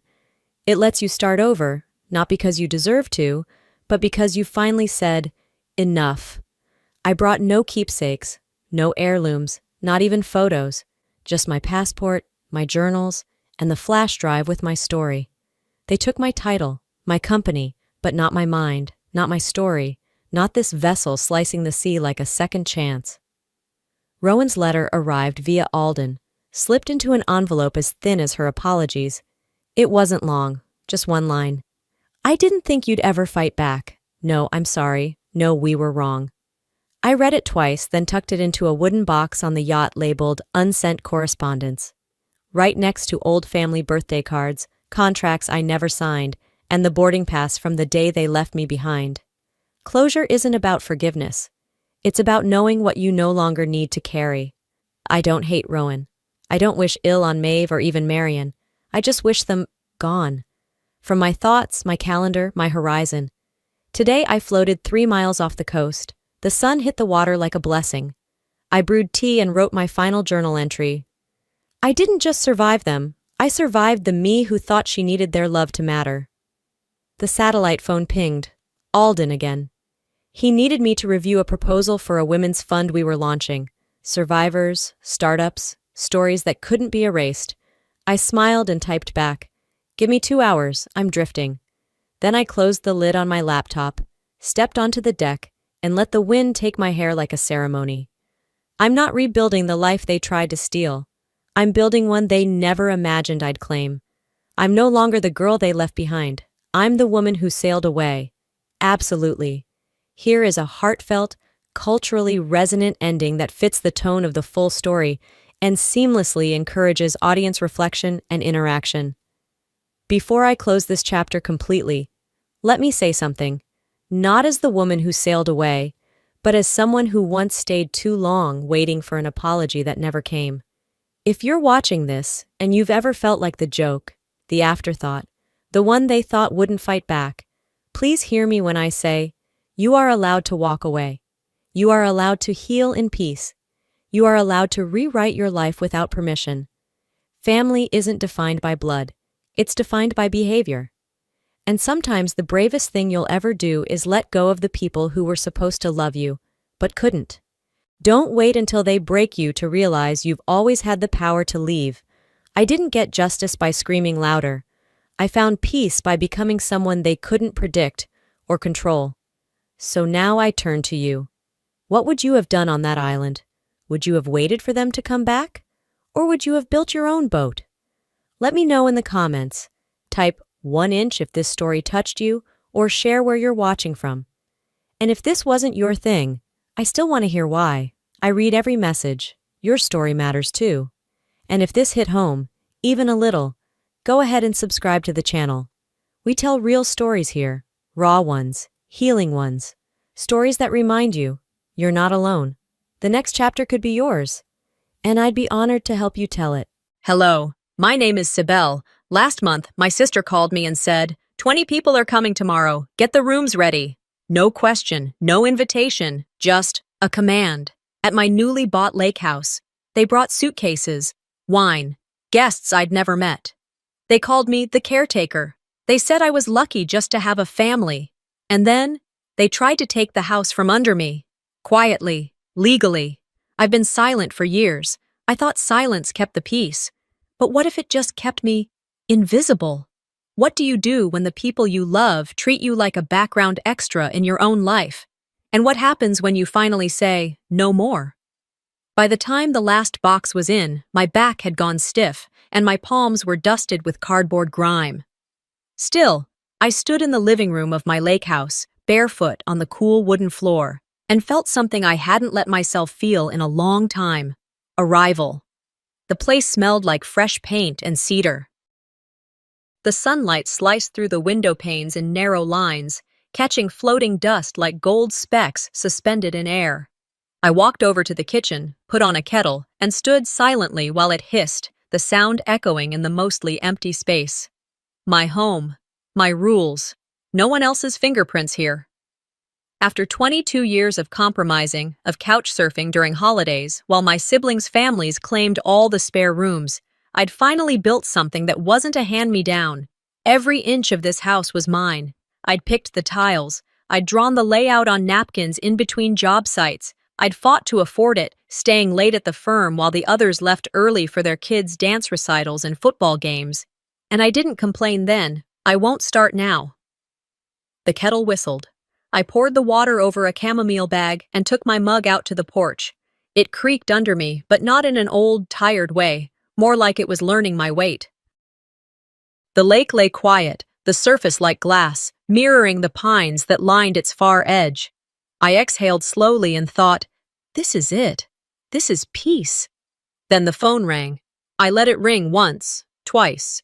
By the third, I grabbed it, half expecting a neighbor, maybe someone from the delivery service about the couch delay. Hey, Sibel, came my sister's voice, too chipper to be casual. Isolde never called without an agenda. We'll be there tomorrow morning around 9, 20 people. Shouldn't be a problem, right? Get the rooms ready. I blinked. Wait, what? Family weekend, she said, like it had been on the calendar all year. Everyone's dying to see the lake house. You've got space. Don't stress. Oh, and we'll bring extra towels. I just moved in, I managed to say. My tea had gone still in my hand. Perfect, she said. Then you're all settled. Click. The line went dead. I stood there staring at the phone like it had slapped me. No congratulations. No, do you mind? Just a command disguised as inclusion. I walked back into the kitchen and sat at the island, the phone still in my hand. I didn't cry. That's not my style. I set the mug down and opened my tablet, out of a numb sort of instinct. Maybe I imagined it. Maybe this was just her being dramatic again. I tapped into Facebook. Top of the feed. A photo. The lake house. My house. Taken from the driveway, the angle just perfect enough to look like a real estate brochure. Her caption read, "So excited to host family this weekend at our new lake retreat. Can't wait for everyone to make new memories. It's what family's all about." My name wasn't mentioned. Comments poured in. You're amazing, Isolde. Such a great family leader. You always make magic happen. I sat there, scrolling, heart drumming steadily like a metronome inside my chest. This house wasn't a backdrop for her social media narrative. It wasn't a stage for her to play the benevolent big sister, once again rescuing the poor, single, unanchored sibling. No, this place was built by my own hands, my sacrifices, my damn mortgage. And now, 20 people, my brother Dorian and his latest girlfriend, My niece Mira, who still thought I lived in hotels, my mother Claudine, who once told me, "You're lucky you don't have a family to worry about," and Isolde, of course, the ringleader of every so-called family effort. I leaned back against the chair and closed my eyes. The silence in the room stretched thin. It wasn't the peaceful kind anymore. It was loaded. I'd played the good sister, the agreeable one. I'd shown up with casseroles no one ate, with gifts no one opened. I'd slept on floors, missed my own vacations to attend birthday parties where my presence was a footnote, and still, I let them walk in and out like I was just part of the setting, like furniture. But not here, not in this house. I opened my eyes and stared out the window toward the lake, its surface now shifting slightly in the breeze. My fingers tapped against the ceramic mug. Calm. Breathe. They thought I'd get the rooms ready. They thought I'd clean the bathrooms, wash the sheets, set the table like some unpaid Airbnb host. They were wrong. This wasn't about being petty. It wasn't about revenge. It was about truth, about finally choosing not to be erased. I stood up, rinsed out the tea mug, and wiped the counter clean. Then I grabbed my notebook. If they wanted a weekend at the lake, they were going to get it. But not the way they expected, because I had a surprise, too. I didn't sleep much that night, not out of nerves. I'd moved past that. It was something else, like the walls of the house were absorbing every unspoken word from that phone call and echoing it back in silence. By the time the sun started rising behind the tree line, I was already dressed, moving quietly from room to room. The sheets were folded military tight. Fresh towels lay neatly on the foot of each bed. Coffee was brewing. I'd arranged muffins on a ceramic tray. Store-bought, nothing homemade. I wasn't hosting, after all. I was preparing. By 9, the gravel driveway trembled with the first wave of tires. Laughter floated through the trees like a song I hadn't asked to hear. Doors opened. Bags hit the porch. Then came the voices, layered, familiar, slightly louder than necessary.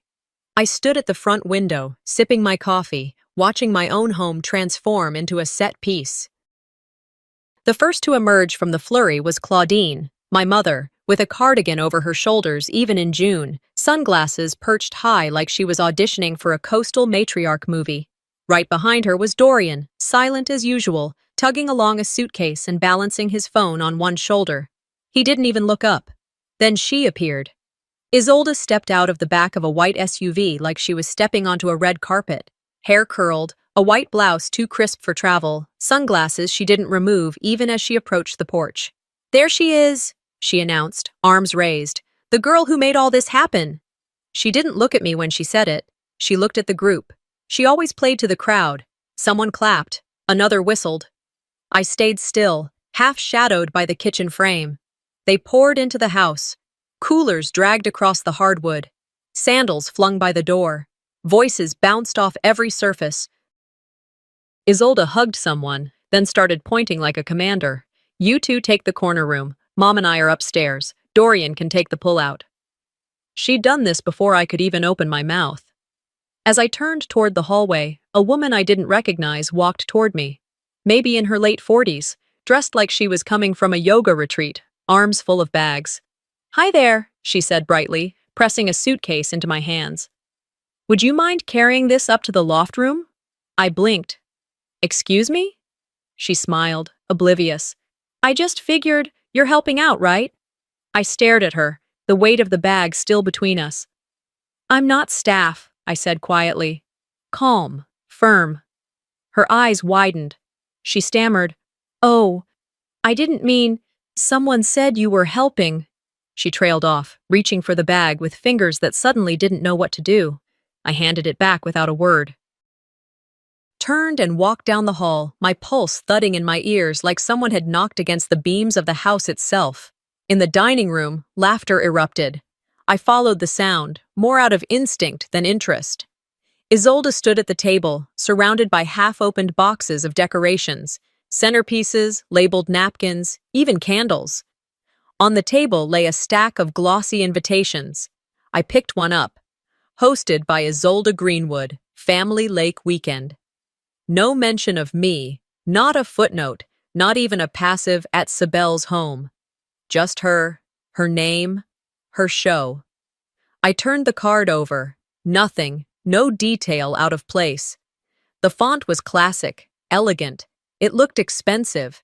She'd printed and sent these out, probably weeks ago, before she even called, before I'd even moved in. Behind me, I heard Claudine's voice. "You look pale, dear. Are you tired?" I turned slowly. "Did you know about this?" She gave me that smile, the one she always used when she didn't want to get involved. "Your sister's good at planning. She means well. Don't take it personally." Of course not.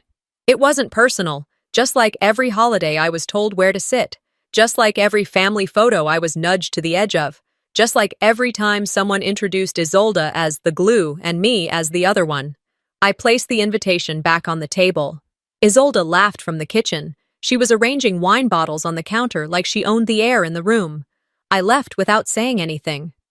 Upstairs, I opened the drawer of the nightstand and tucked one of the invitations inside. I closed it gently, sat down on the edge of the bed, and stared at the wall for a moment. She'd taken my house and turned it into a backdrop. I'd let it happen before, let her take credit, take space, take applause. But I wasn't going to let her take this. Not this time. That evening, after most of them had gone down to the dock, I walked the property line. The pines swayed in the wind like old sentries. I didn't bring my phone. I didn't bring anything. Just myself. The breeze carried voices from the water, distant enough to ignore. I sat on the swing at the edge of the porch. My hand rested on the armrest. Inside it, the paper invitation waited. I wasn't going to confront her today. But the difference this time was simple. I wasn't going to swallow it either. Because silence isn't the same thing as surrender. After I tucked the folded invitation back into the drawer, I stayed sitting on the edge of the bed. The house was alive with voices downstairs, forks clinking against ceramic plates, someone opening a bottle of wine too close to laughter. It was a kind of noise that once used to sting me. Now it just felt distant. I had cooked dinner. I didn't want to, but I did. Not because I owed them hospitality. I didn't. But because it was easier than watching Isolde choose a caterer and announce it on Facebook like she'd planned the whole thing. So I simmered pasta, grilled salmon, and set out bowls of salad and warm bread. Everyone ate. None asked who prepared it. They just assumed it had magically appeared. The way things always seemed to when I was involved.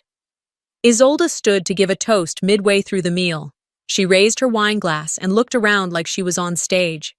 "To family," she said, "and to this beautiful home that we are so lucky to enjoy together. It's been such a long time since we've all been in one place." Applause.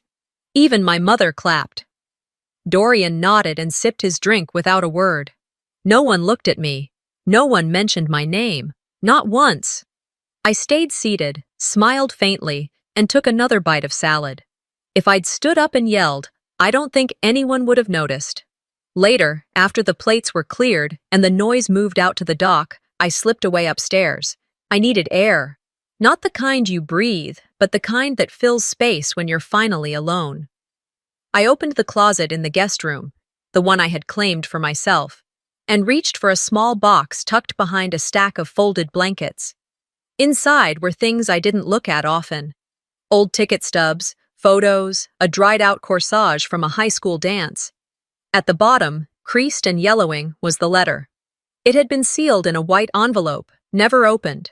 The handwriting was unmistakably his, Jeremy's. He'd been my first love. The kind of love you don't speak about in family gatherings because it was soft, serious, and not meant for light company. I never received that letter. Not back then. I found it by accident a decade later in Isolde's desk drawer, wedged between her travel documents and a birthday card addressed to someone else. She'd kept it, sealed, unread, unspoken. I never asked her why. I never told Jeremy I found it. I just drifted away from him, convinced he'd let me go without a fight. But now, reading his words, I knew the truth. "I meant what I said, Sibel. I'll wait. If this job in Chicago works out, I'll come back with a real offer, a ring. But if you don't feel the same, don't reply. I'll understand." He waited. I never replied. And he never knew why. I folded the letter back with careful fingers. My throat tightened. Not from sadness, but from a quiet fury. Not even about the letter anymore, about what it represented. How many times I'd been left in the dark while Isolde shaped the story to suit herself.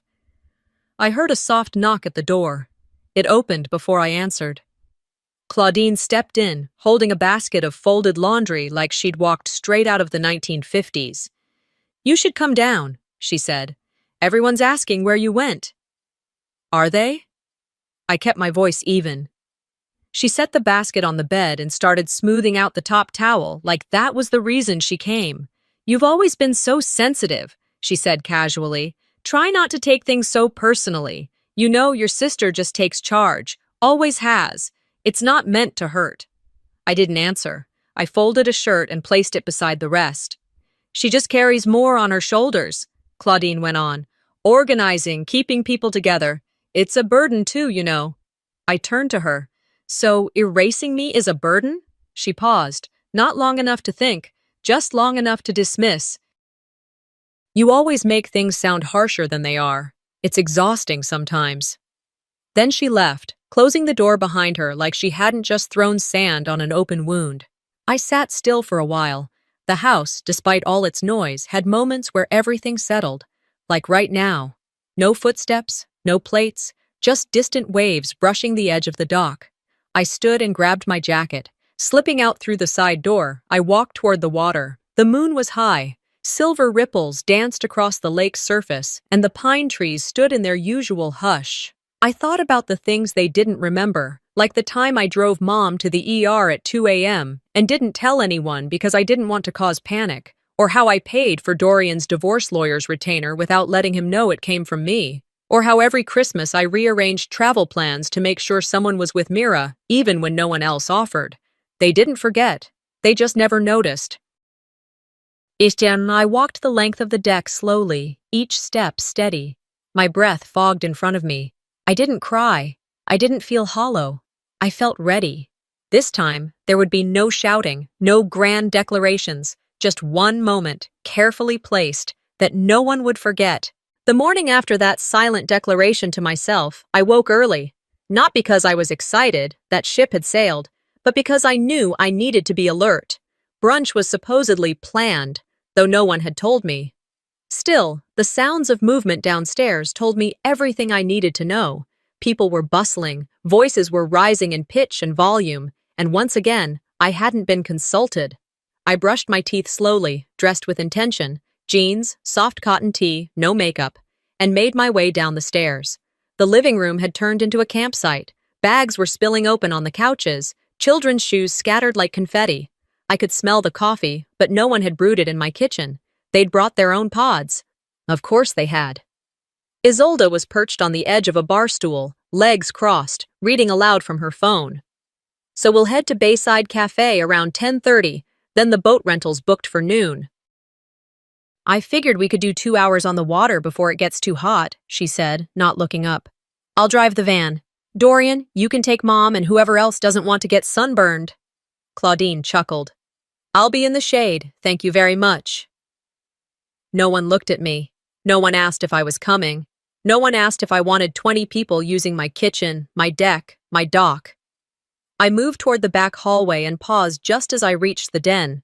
The door wasn't fully shut, and voices floated through. I hadn't meant to eavesdrop, but then again, how else was I supposed to learn anything in this house? "I think if we move it into a family LLC, Isolde said, her tone casual but clipped, "we can manage taxes better. Shared ownership would also look cleaner on paper. She'll come around." "She always does," Dorian replied. "She's not confrontational. Just throw in some legal terms and she'll get lost." Then came Claudine's voice, motherly and sharp like a knife wrapped in a napkin. "She's lucky to have you two looking after her. She wouldn't know what to do with all that responsibility on her own." I leaned back from the door, heart thudding. My hands curled into fists at my sides. They were talking about transferring ownership of my house, my lake house, the one with my name on the deed, my sweat in the floorboards, my money in the mortgage. Lucky to have them. I was a 45-year-old licensed architect who had designed this entire structure from scratch. And yet somehow, I was still the child in the back seat of the family car, being told what radio station to listen to. I stepped outside onto the porch to clear my thoughts. The air was warmer now, soft breezes gliding off the lake, sunlight gleaming on the water like liquid glass. I needed that quiet moment, because inside, everything was brewing. That's when I saw the man from the night before, Trevor, I think his name was, walking toward me, a bouquet of flowers in hand. "I just wanted to say," he said, handing it to me with a gentle smile, "this place is incredible, really beautiful. You've done something special here." The card was tucked neatly among the stems. "For the woman who built something beautiful." I nodded, genuinely touched. "Thank you, Trevor. That means more than you know." Before I could say another word, Isolde swooped in from the side, all sunshine and teeth. "Oh, these are lovely," she cooed, plucking the bouquet from my hands like it had been offered to her. "You shouldn't have. Really?" Trevor blinked. "Oh, But Isolde was already sweeping back inside, flowers in hand. I didn't chase her. An hour later, after everyone left for brunch, I went to the trash can in the kitchen. I knew exactly what I was looking for. There, tucked among napkins and an empty granola bar wrapper, was the card. And the same one I'd read, torn in half. They say small things break a person. That day, it wasn't the LLC talk. It wasn't the exclusion. It wasn't even the lie. It was the casualness of it all. The way she took something meant for me, claimed it, then discarded the only part that made it personal, like I wasn't real, like I was a set piece. I waited until everyone returned, loud and flushed from sun and laughter, tracking sand through the front hallway, talking over each other like they always did. Then, while they were still standing around the kitchen island, I walked in. No drama, no raised voice, just clear eyes and a steady tone. "This house is not shared," I said. "It's not a write-off, it's not a family holding, it's mine. Legally, financially, emotionally. And I don't appreciate my name being left out of decisions about it." You could have dropped a fork and heard it land. Claudine sniffed. "Don't be so possessive, Sibel." "We're just talking." Isolde laughed softly. "No need to make it a thing. It's just easier when we plan as a group." "I wasn't part of that group," I replied. "So don't call it we." No one said anything else. I didn't wait for permission to leave the room. I didn't need it. Knew then that they heard me, but they didn't listen, and that would cost them. That afternoon, as the sun began its slow descent behind the pines, the house shifted, not in structure, the walls held firm, the beams were true, but in energy. You could feel it, like a pause between sentences when someone's deciding if it's worth speaking again. They had heard me, sure, but no one wanted to admit it, so instead, they pretended nothing had happened. Breakfast the next morning was quiet, but not calm. No one brought up what I said the day before. Not Isolde, not Claudine, not even Dorian. The whole house was operating under a kind of polite delusion, as if my voice hadn't filled the kitchen, hadn't cut through the noise like a stone in glass. Isolde, ever the conductor of false harmony, smiled more than usual. She poured orange juice like she was hosting a brunch show, complimented everyone's outfits, commented on the weather like it had personally sent her a thank you card. I sat at the far end of the table, eating toast that had gone cold in my hands. I didn't speak unless spoken to, and no one had the courage or the courtesy to try. Trevor, the guest who had brought me flowers days earlier, the ones Isolde had claimed, sat across from me. He gave me a polite nod, but nothing more. I couldn't blame him. People don't like discomfort, and truth always makes things uncomfortable.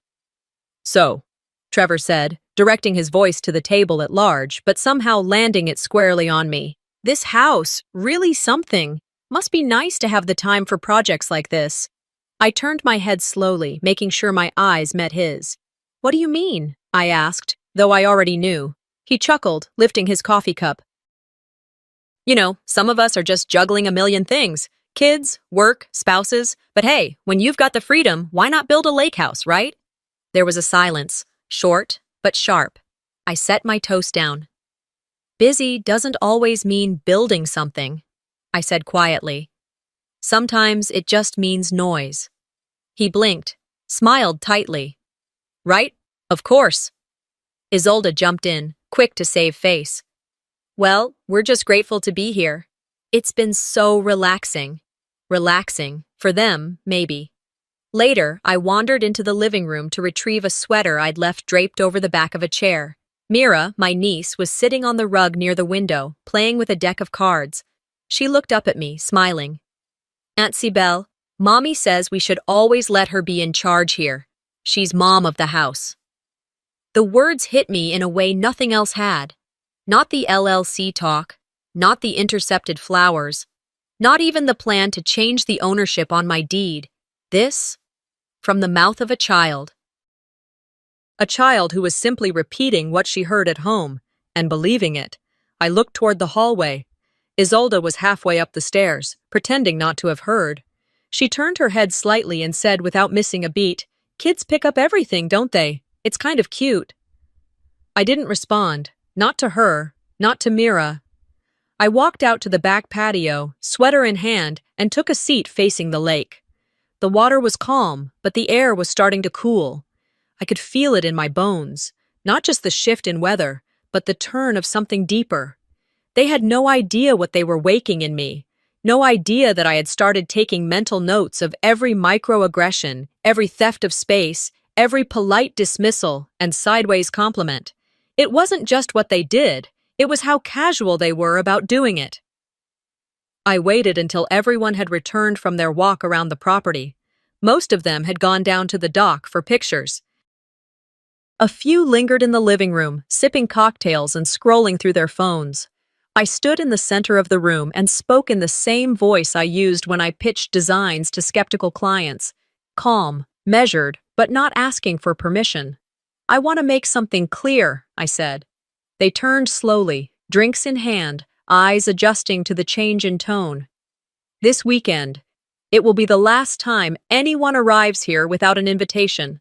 Next time, the gate will be locked. If I want company, I'll ask. If not, I won't." There was a pause. Claudine looked mildly amused. Trevor shifted on the couch. Isolde's smile froze. Dorian said nothing, just sipped his drink and avoided my gaze. Isolde stepped forward, her tone still sugar-coated. "Of course, no one meant to overstep. We just assumed—" I held up a hand. "That's the problem. You all assumed that I'd roll over, that I'd host without consent, that I'd keep quiet because I always have." Another silence, thicker this time. I turned and walked out the front door, letting it close behind me. That evening, I sat alone on the porch, a blanket over my legs, a glass of red wine in hand. The stars were starting to appear, small at first, then bold. From inside the house, I could hear faint music and the sound of someone laughing a little too loudly. Isolde's laugh, always needing to be heard. She knew then that I wasn't bluffing, but she also knew she wasn't done. The stillness in the house that morning wasn't the kind that follows peace. It was the quiet that arrives when everyone's pretending too hard. After I'd drawn my line the day before, I noticed the shift. Conversations paused when I entered a room. Jokes didn't land the same. Claudine stuck to compliments so hollow they echoed. But Isolde, she doubled down.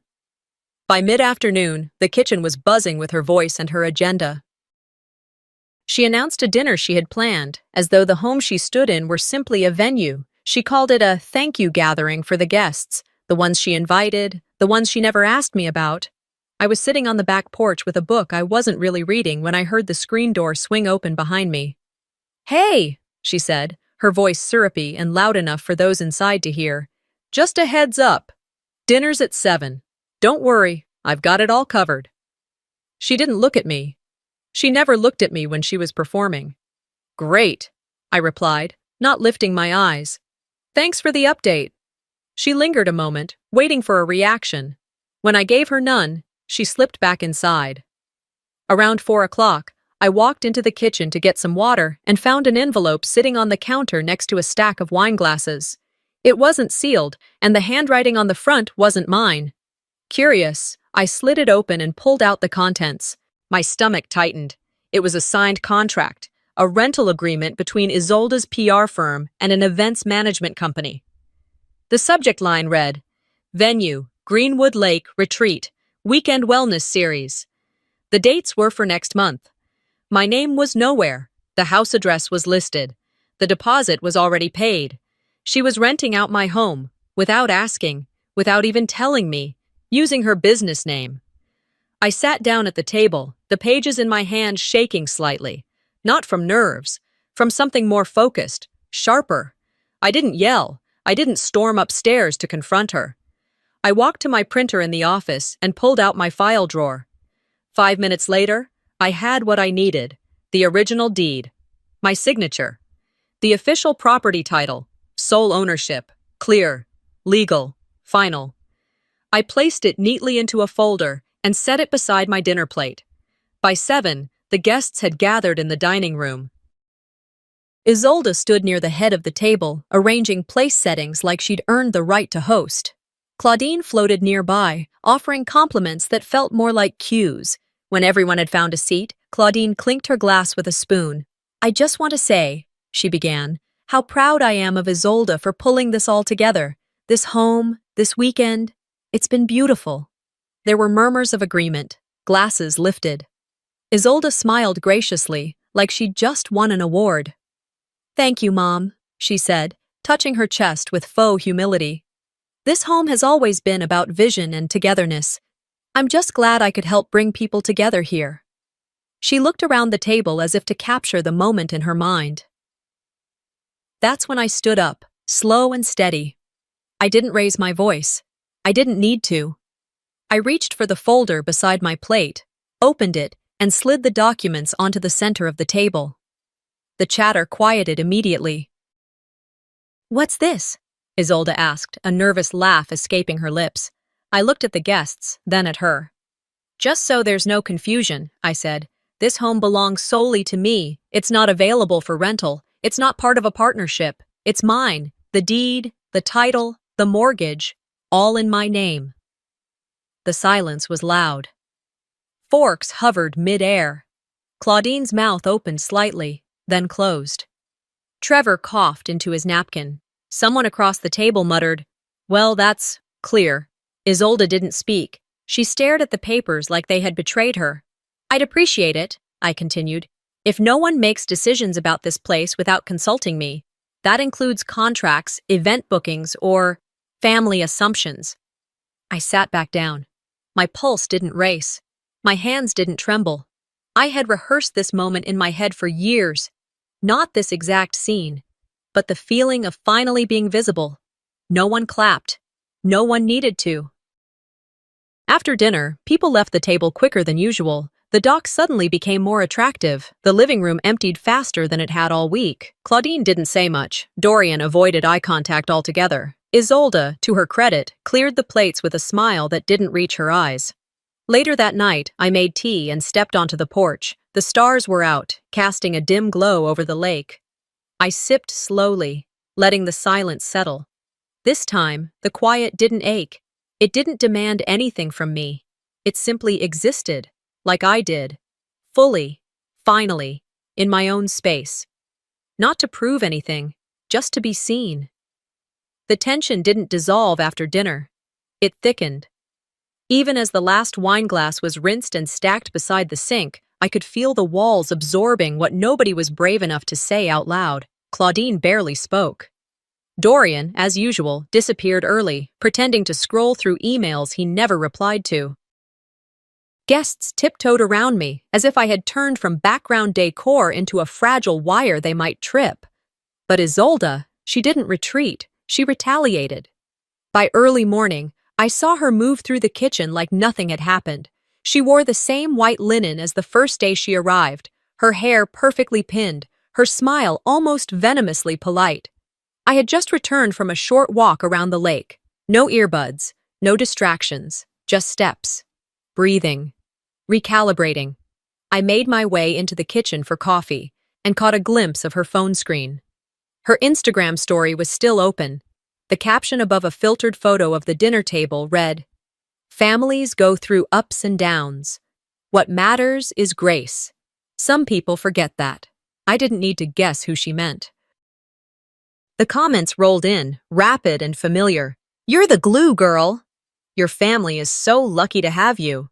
You always carry things with such elegance." I stood behind her for a second longer than she realized. Then, when she finally noticed, she quickly closed the app, giving me that smile she reserved for the press. Rehearsed, polished, hollow. I didn't say a word, but I screenshotted the post later in my room. Not because I needed proof, but because I wanted to remember exactly how it looked before it all fell apart. Around noon, I opened my tablet to check the weather for the week, a routine more than anything, when I saw it.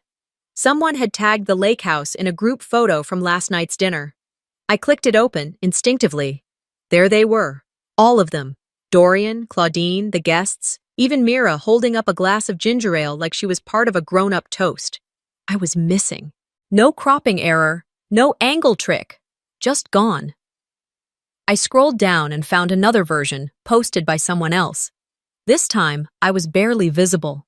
Blurred in the background, mid-step, my face turned away. The caption, "Incredible family weekend at Isolde's lake place." I didn't comment, didn't correct. That afternoon, just before lunch, a woman I hadn't spoken to before, one of Isolde's PR colleagues maybe, approached me in the hallway with a casserole dish. "Hi there, could you take this into the kitchen for me?" she asked, smiling, already handing it off. "We were told you manage things here." My fingers touched the glass before I stopped myself. "I do," I said evenly, "because I own the house." She blinked, confused. "Oh, I'm sorry. I just thought—" I smiled, polite but unmistakable. "Sure, and when I'm done, I'll return to the owner's seat." The silence was instant. She turned red. Isolde, watching from the dining room doorway, rolled her eyes. "Let's not be dramatic, Sib," she said, a little too loud. I turned and walked away. That evening, after the last of the dessert plates were cleared and the kids had been corralled outside for games, I found her in the den. Isolde was sitting with her laptop, sipping a glass of wine, legs crossed like she was running a board meeting. She didn't look up when I entered, but I saw the corner of her mouth twitch, the kind of smirk she wore when she thought she'd won something. "We need to talk," I said. She closed her laptop slowly, finally giving me her full attention. "If this is another monologue about boundaries, Sibel—" "It's not," I interrupted. "It's a warning." She leaned back. "Is that a threat now?" "No," I said. "But the next time you take my name out of something that belongs to me, the next time you tell a story that cuts me out of it, I won't just hand you a deed. I'll hand you a removal notice. And you won't be invited back." She opened her mouth, probably to toss out some sarcastic remark, but nothing came. "You've rewritten our family's history in your favor for years," I continued. "You've called it grace. I call it erasure. And I'm done being quiet about it." Her face shifted, slightly, enough that I saw the crack. "You're overreacting," she muttered. "You always were the emotional one." "And you," I said, stepping back toward the door, "always needed an audience. But this isn't your stage anymore." I left the room before she could find her words. That night, the laughter on the patio didn't last long. People filtered in and out like they were on unstable ground. Even the wine didn't seem to taste the same. Dorian passed me on the stairs. He didn't say anything, just gave a small nod. Maybe that was his version of choosing a side. Maybe it was just guilt. I didn't care either way. That was the moment I knew. She'd either leave quietly, or I'd make sure she did. The air the next morning carried a weight that felt unusual, as if the lake itself had chosen silence as a deliberate act of witness. The water was glassy, not a ripple breaking its surface, and the clouds hung low, heavy but still. Even the trees seemed hushed, as if they too were waiting for something to unfold. Breakfast passed in a strange rhythm. Forks touched plates, knives scraped faintly against toast, and the coffee pot emptied cup by cup.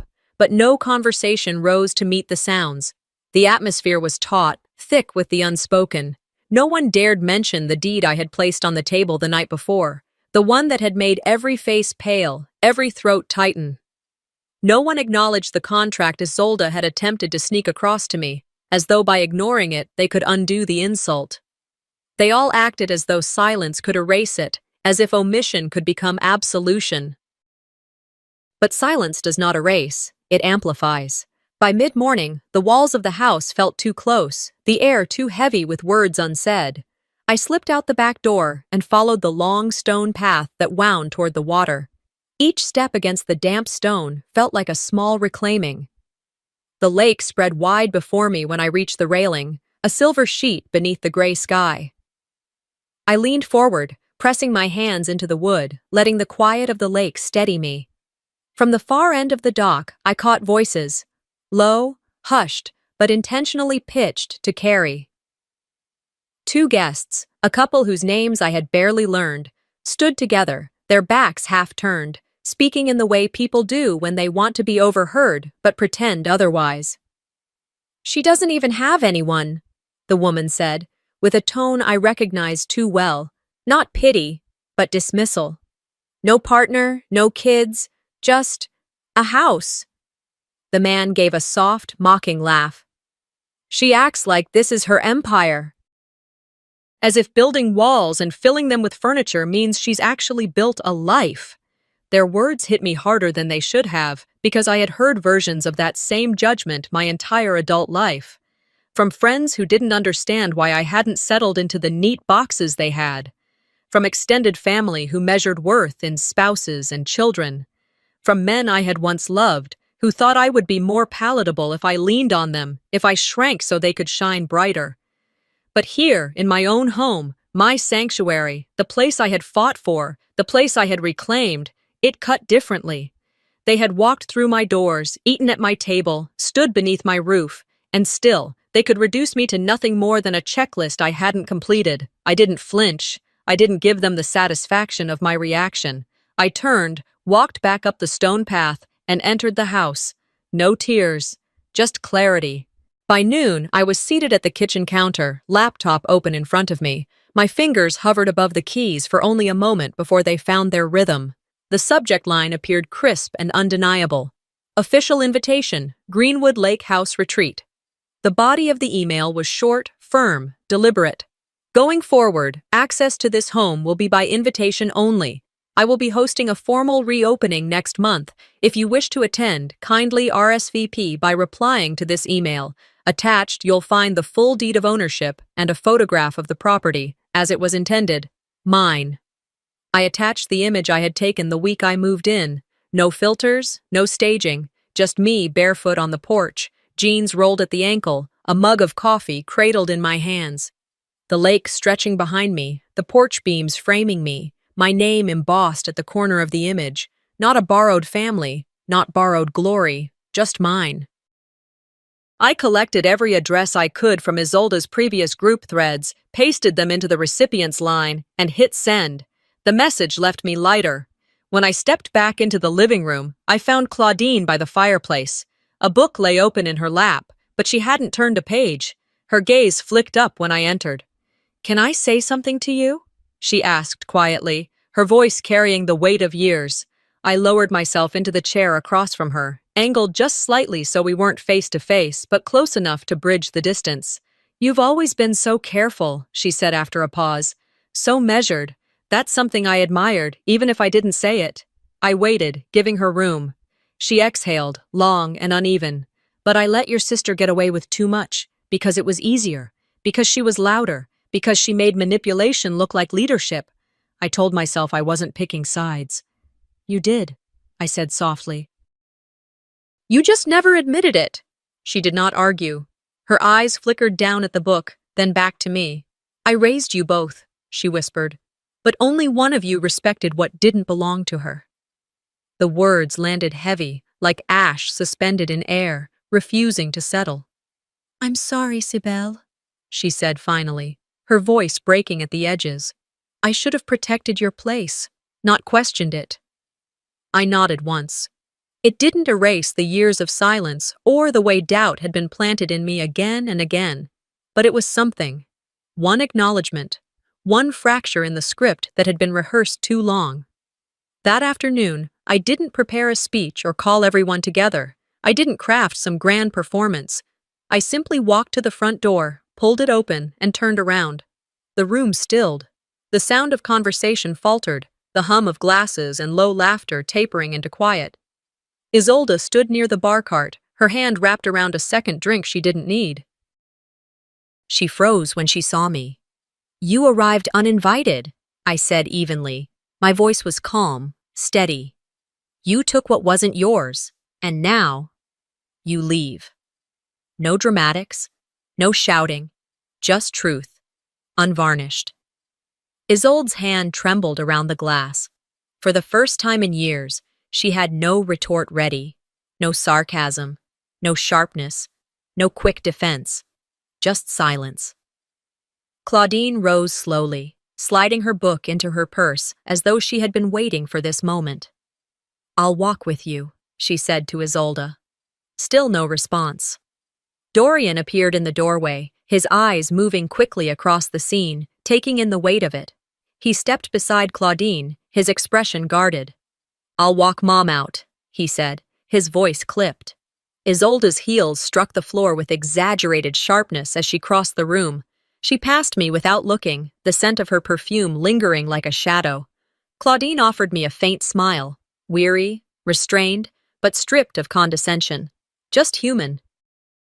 The door shut behind them with a sound that echoed through the house, and just like that, it was mine again. But the silence they left behind was different this time.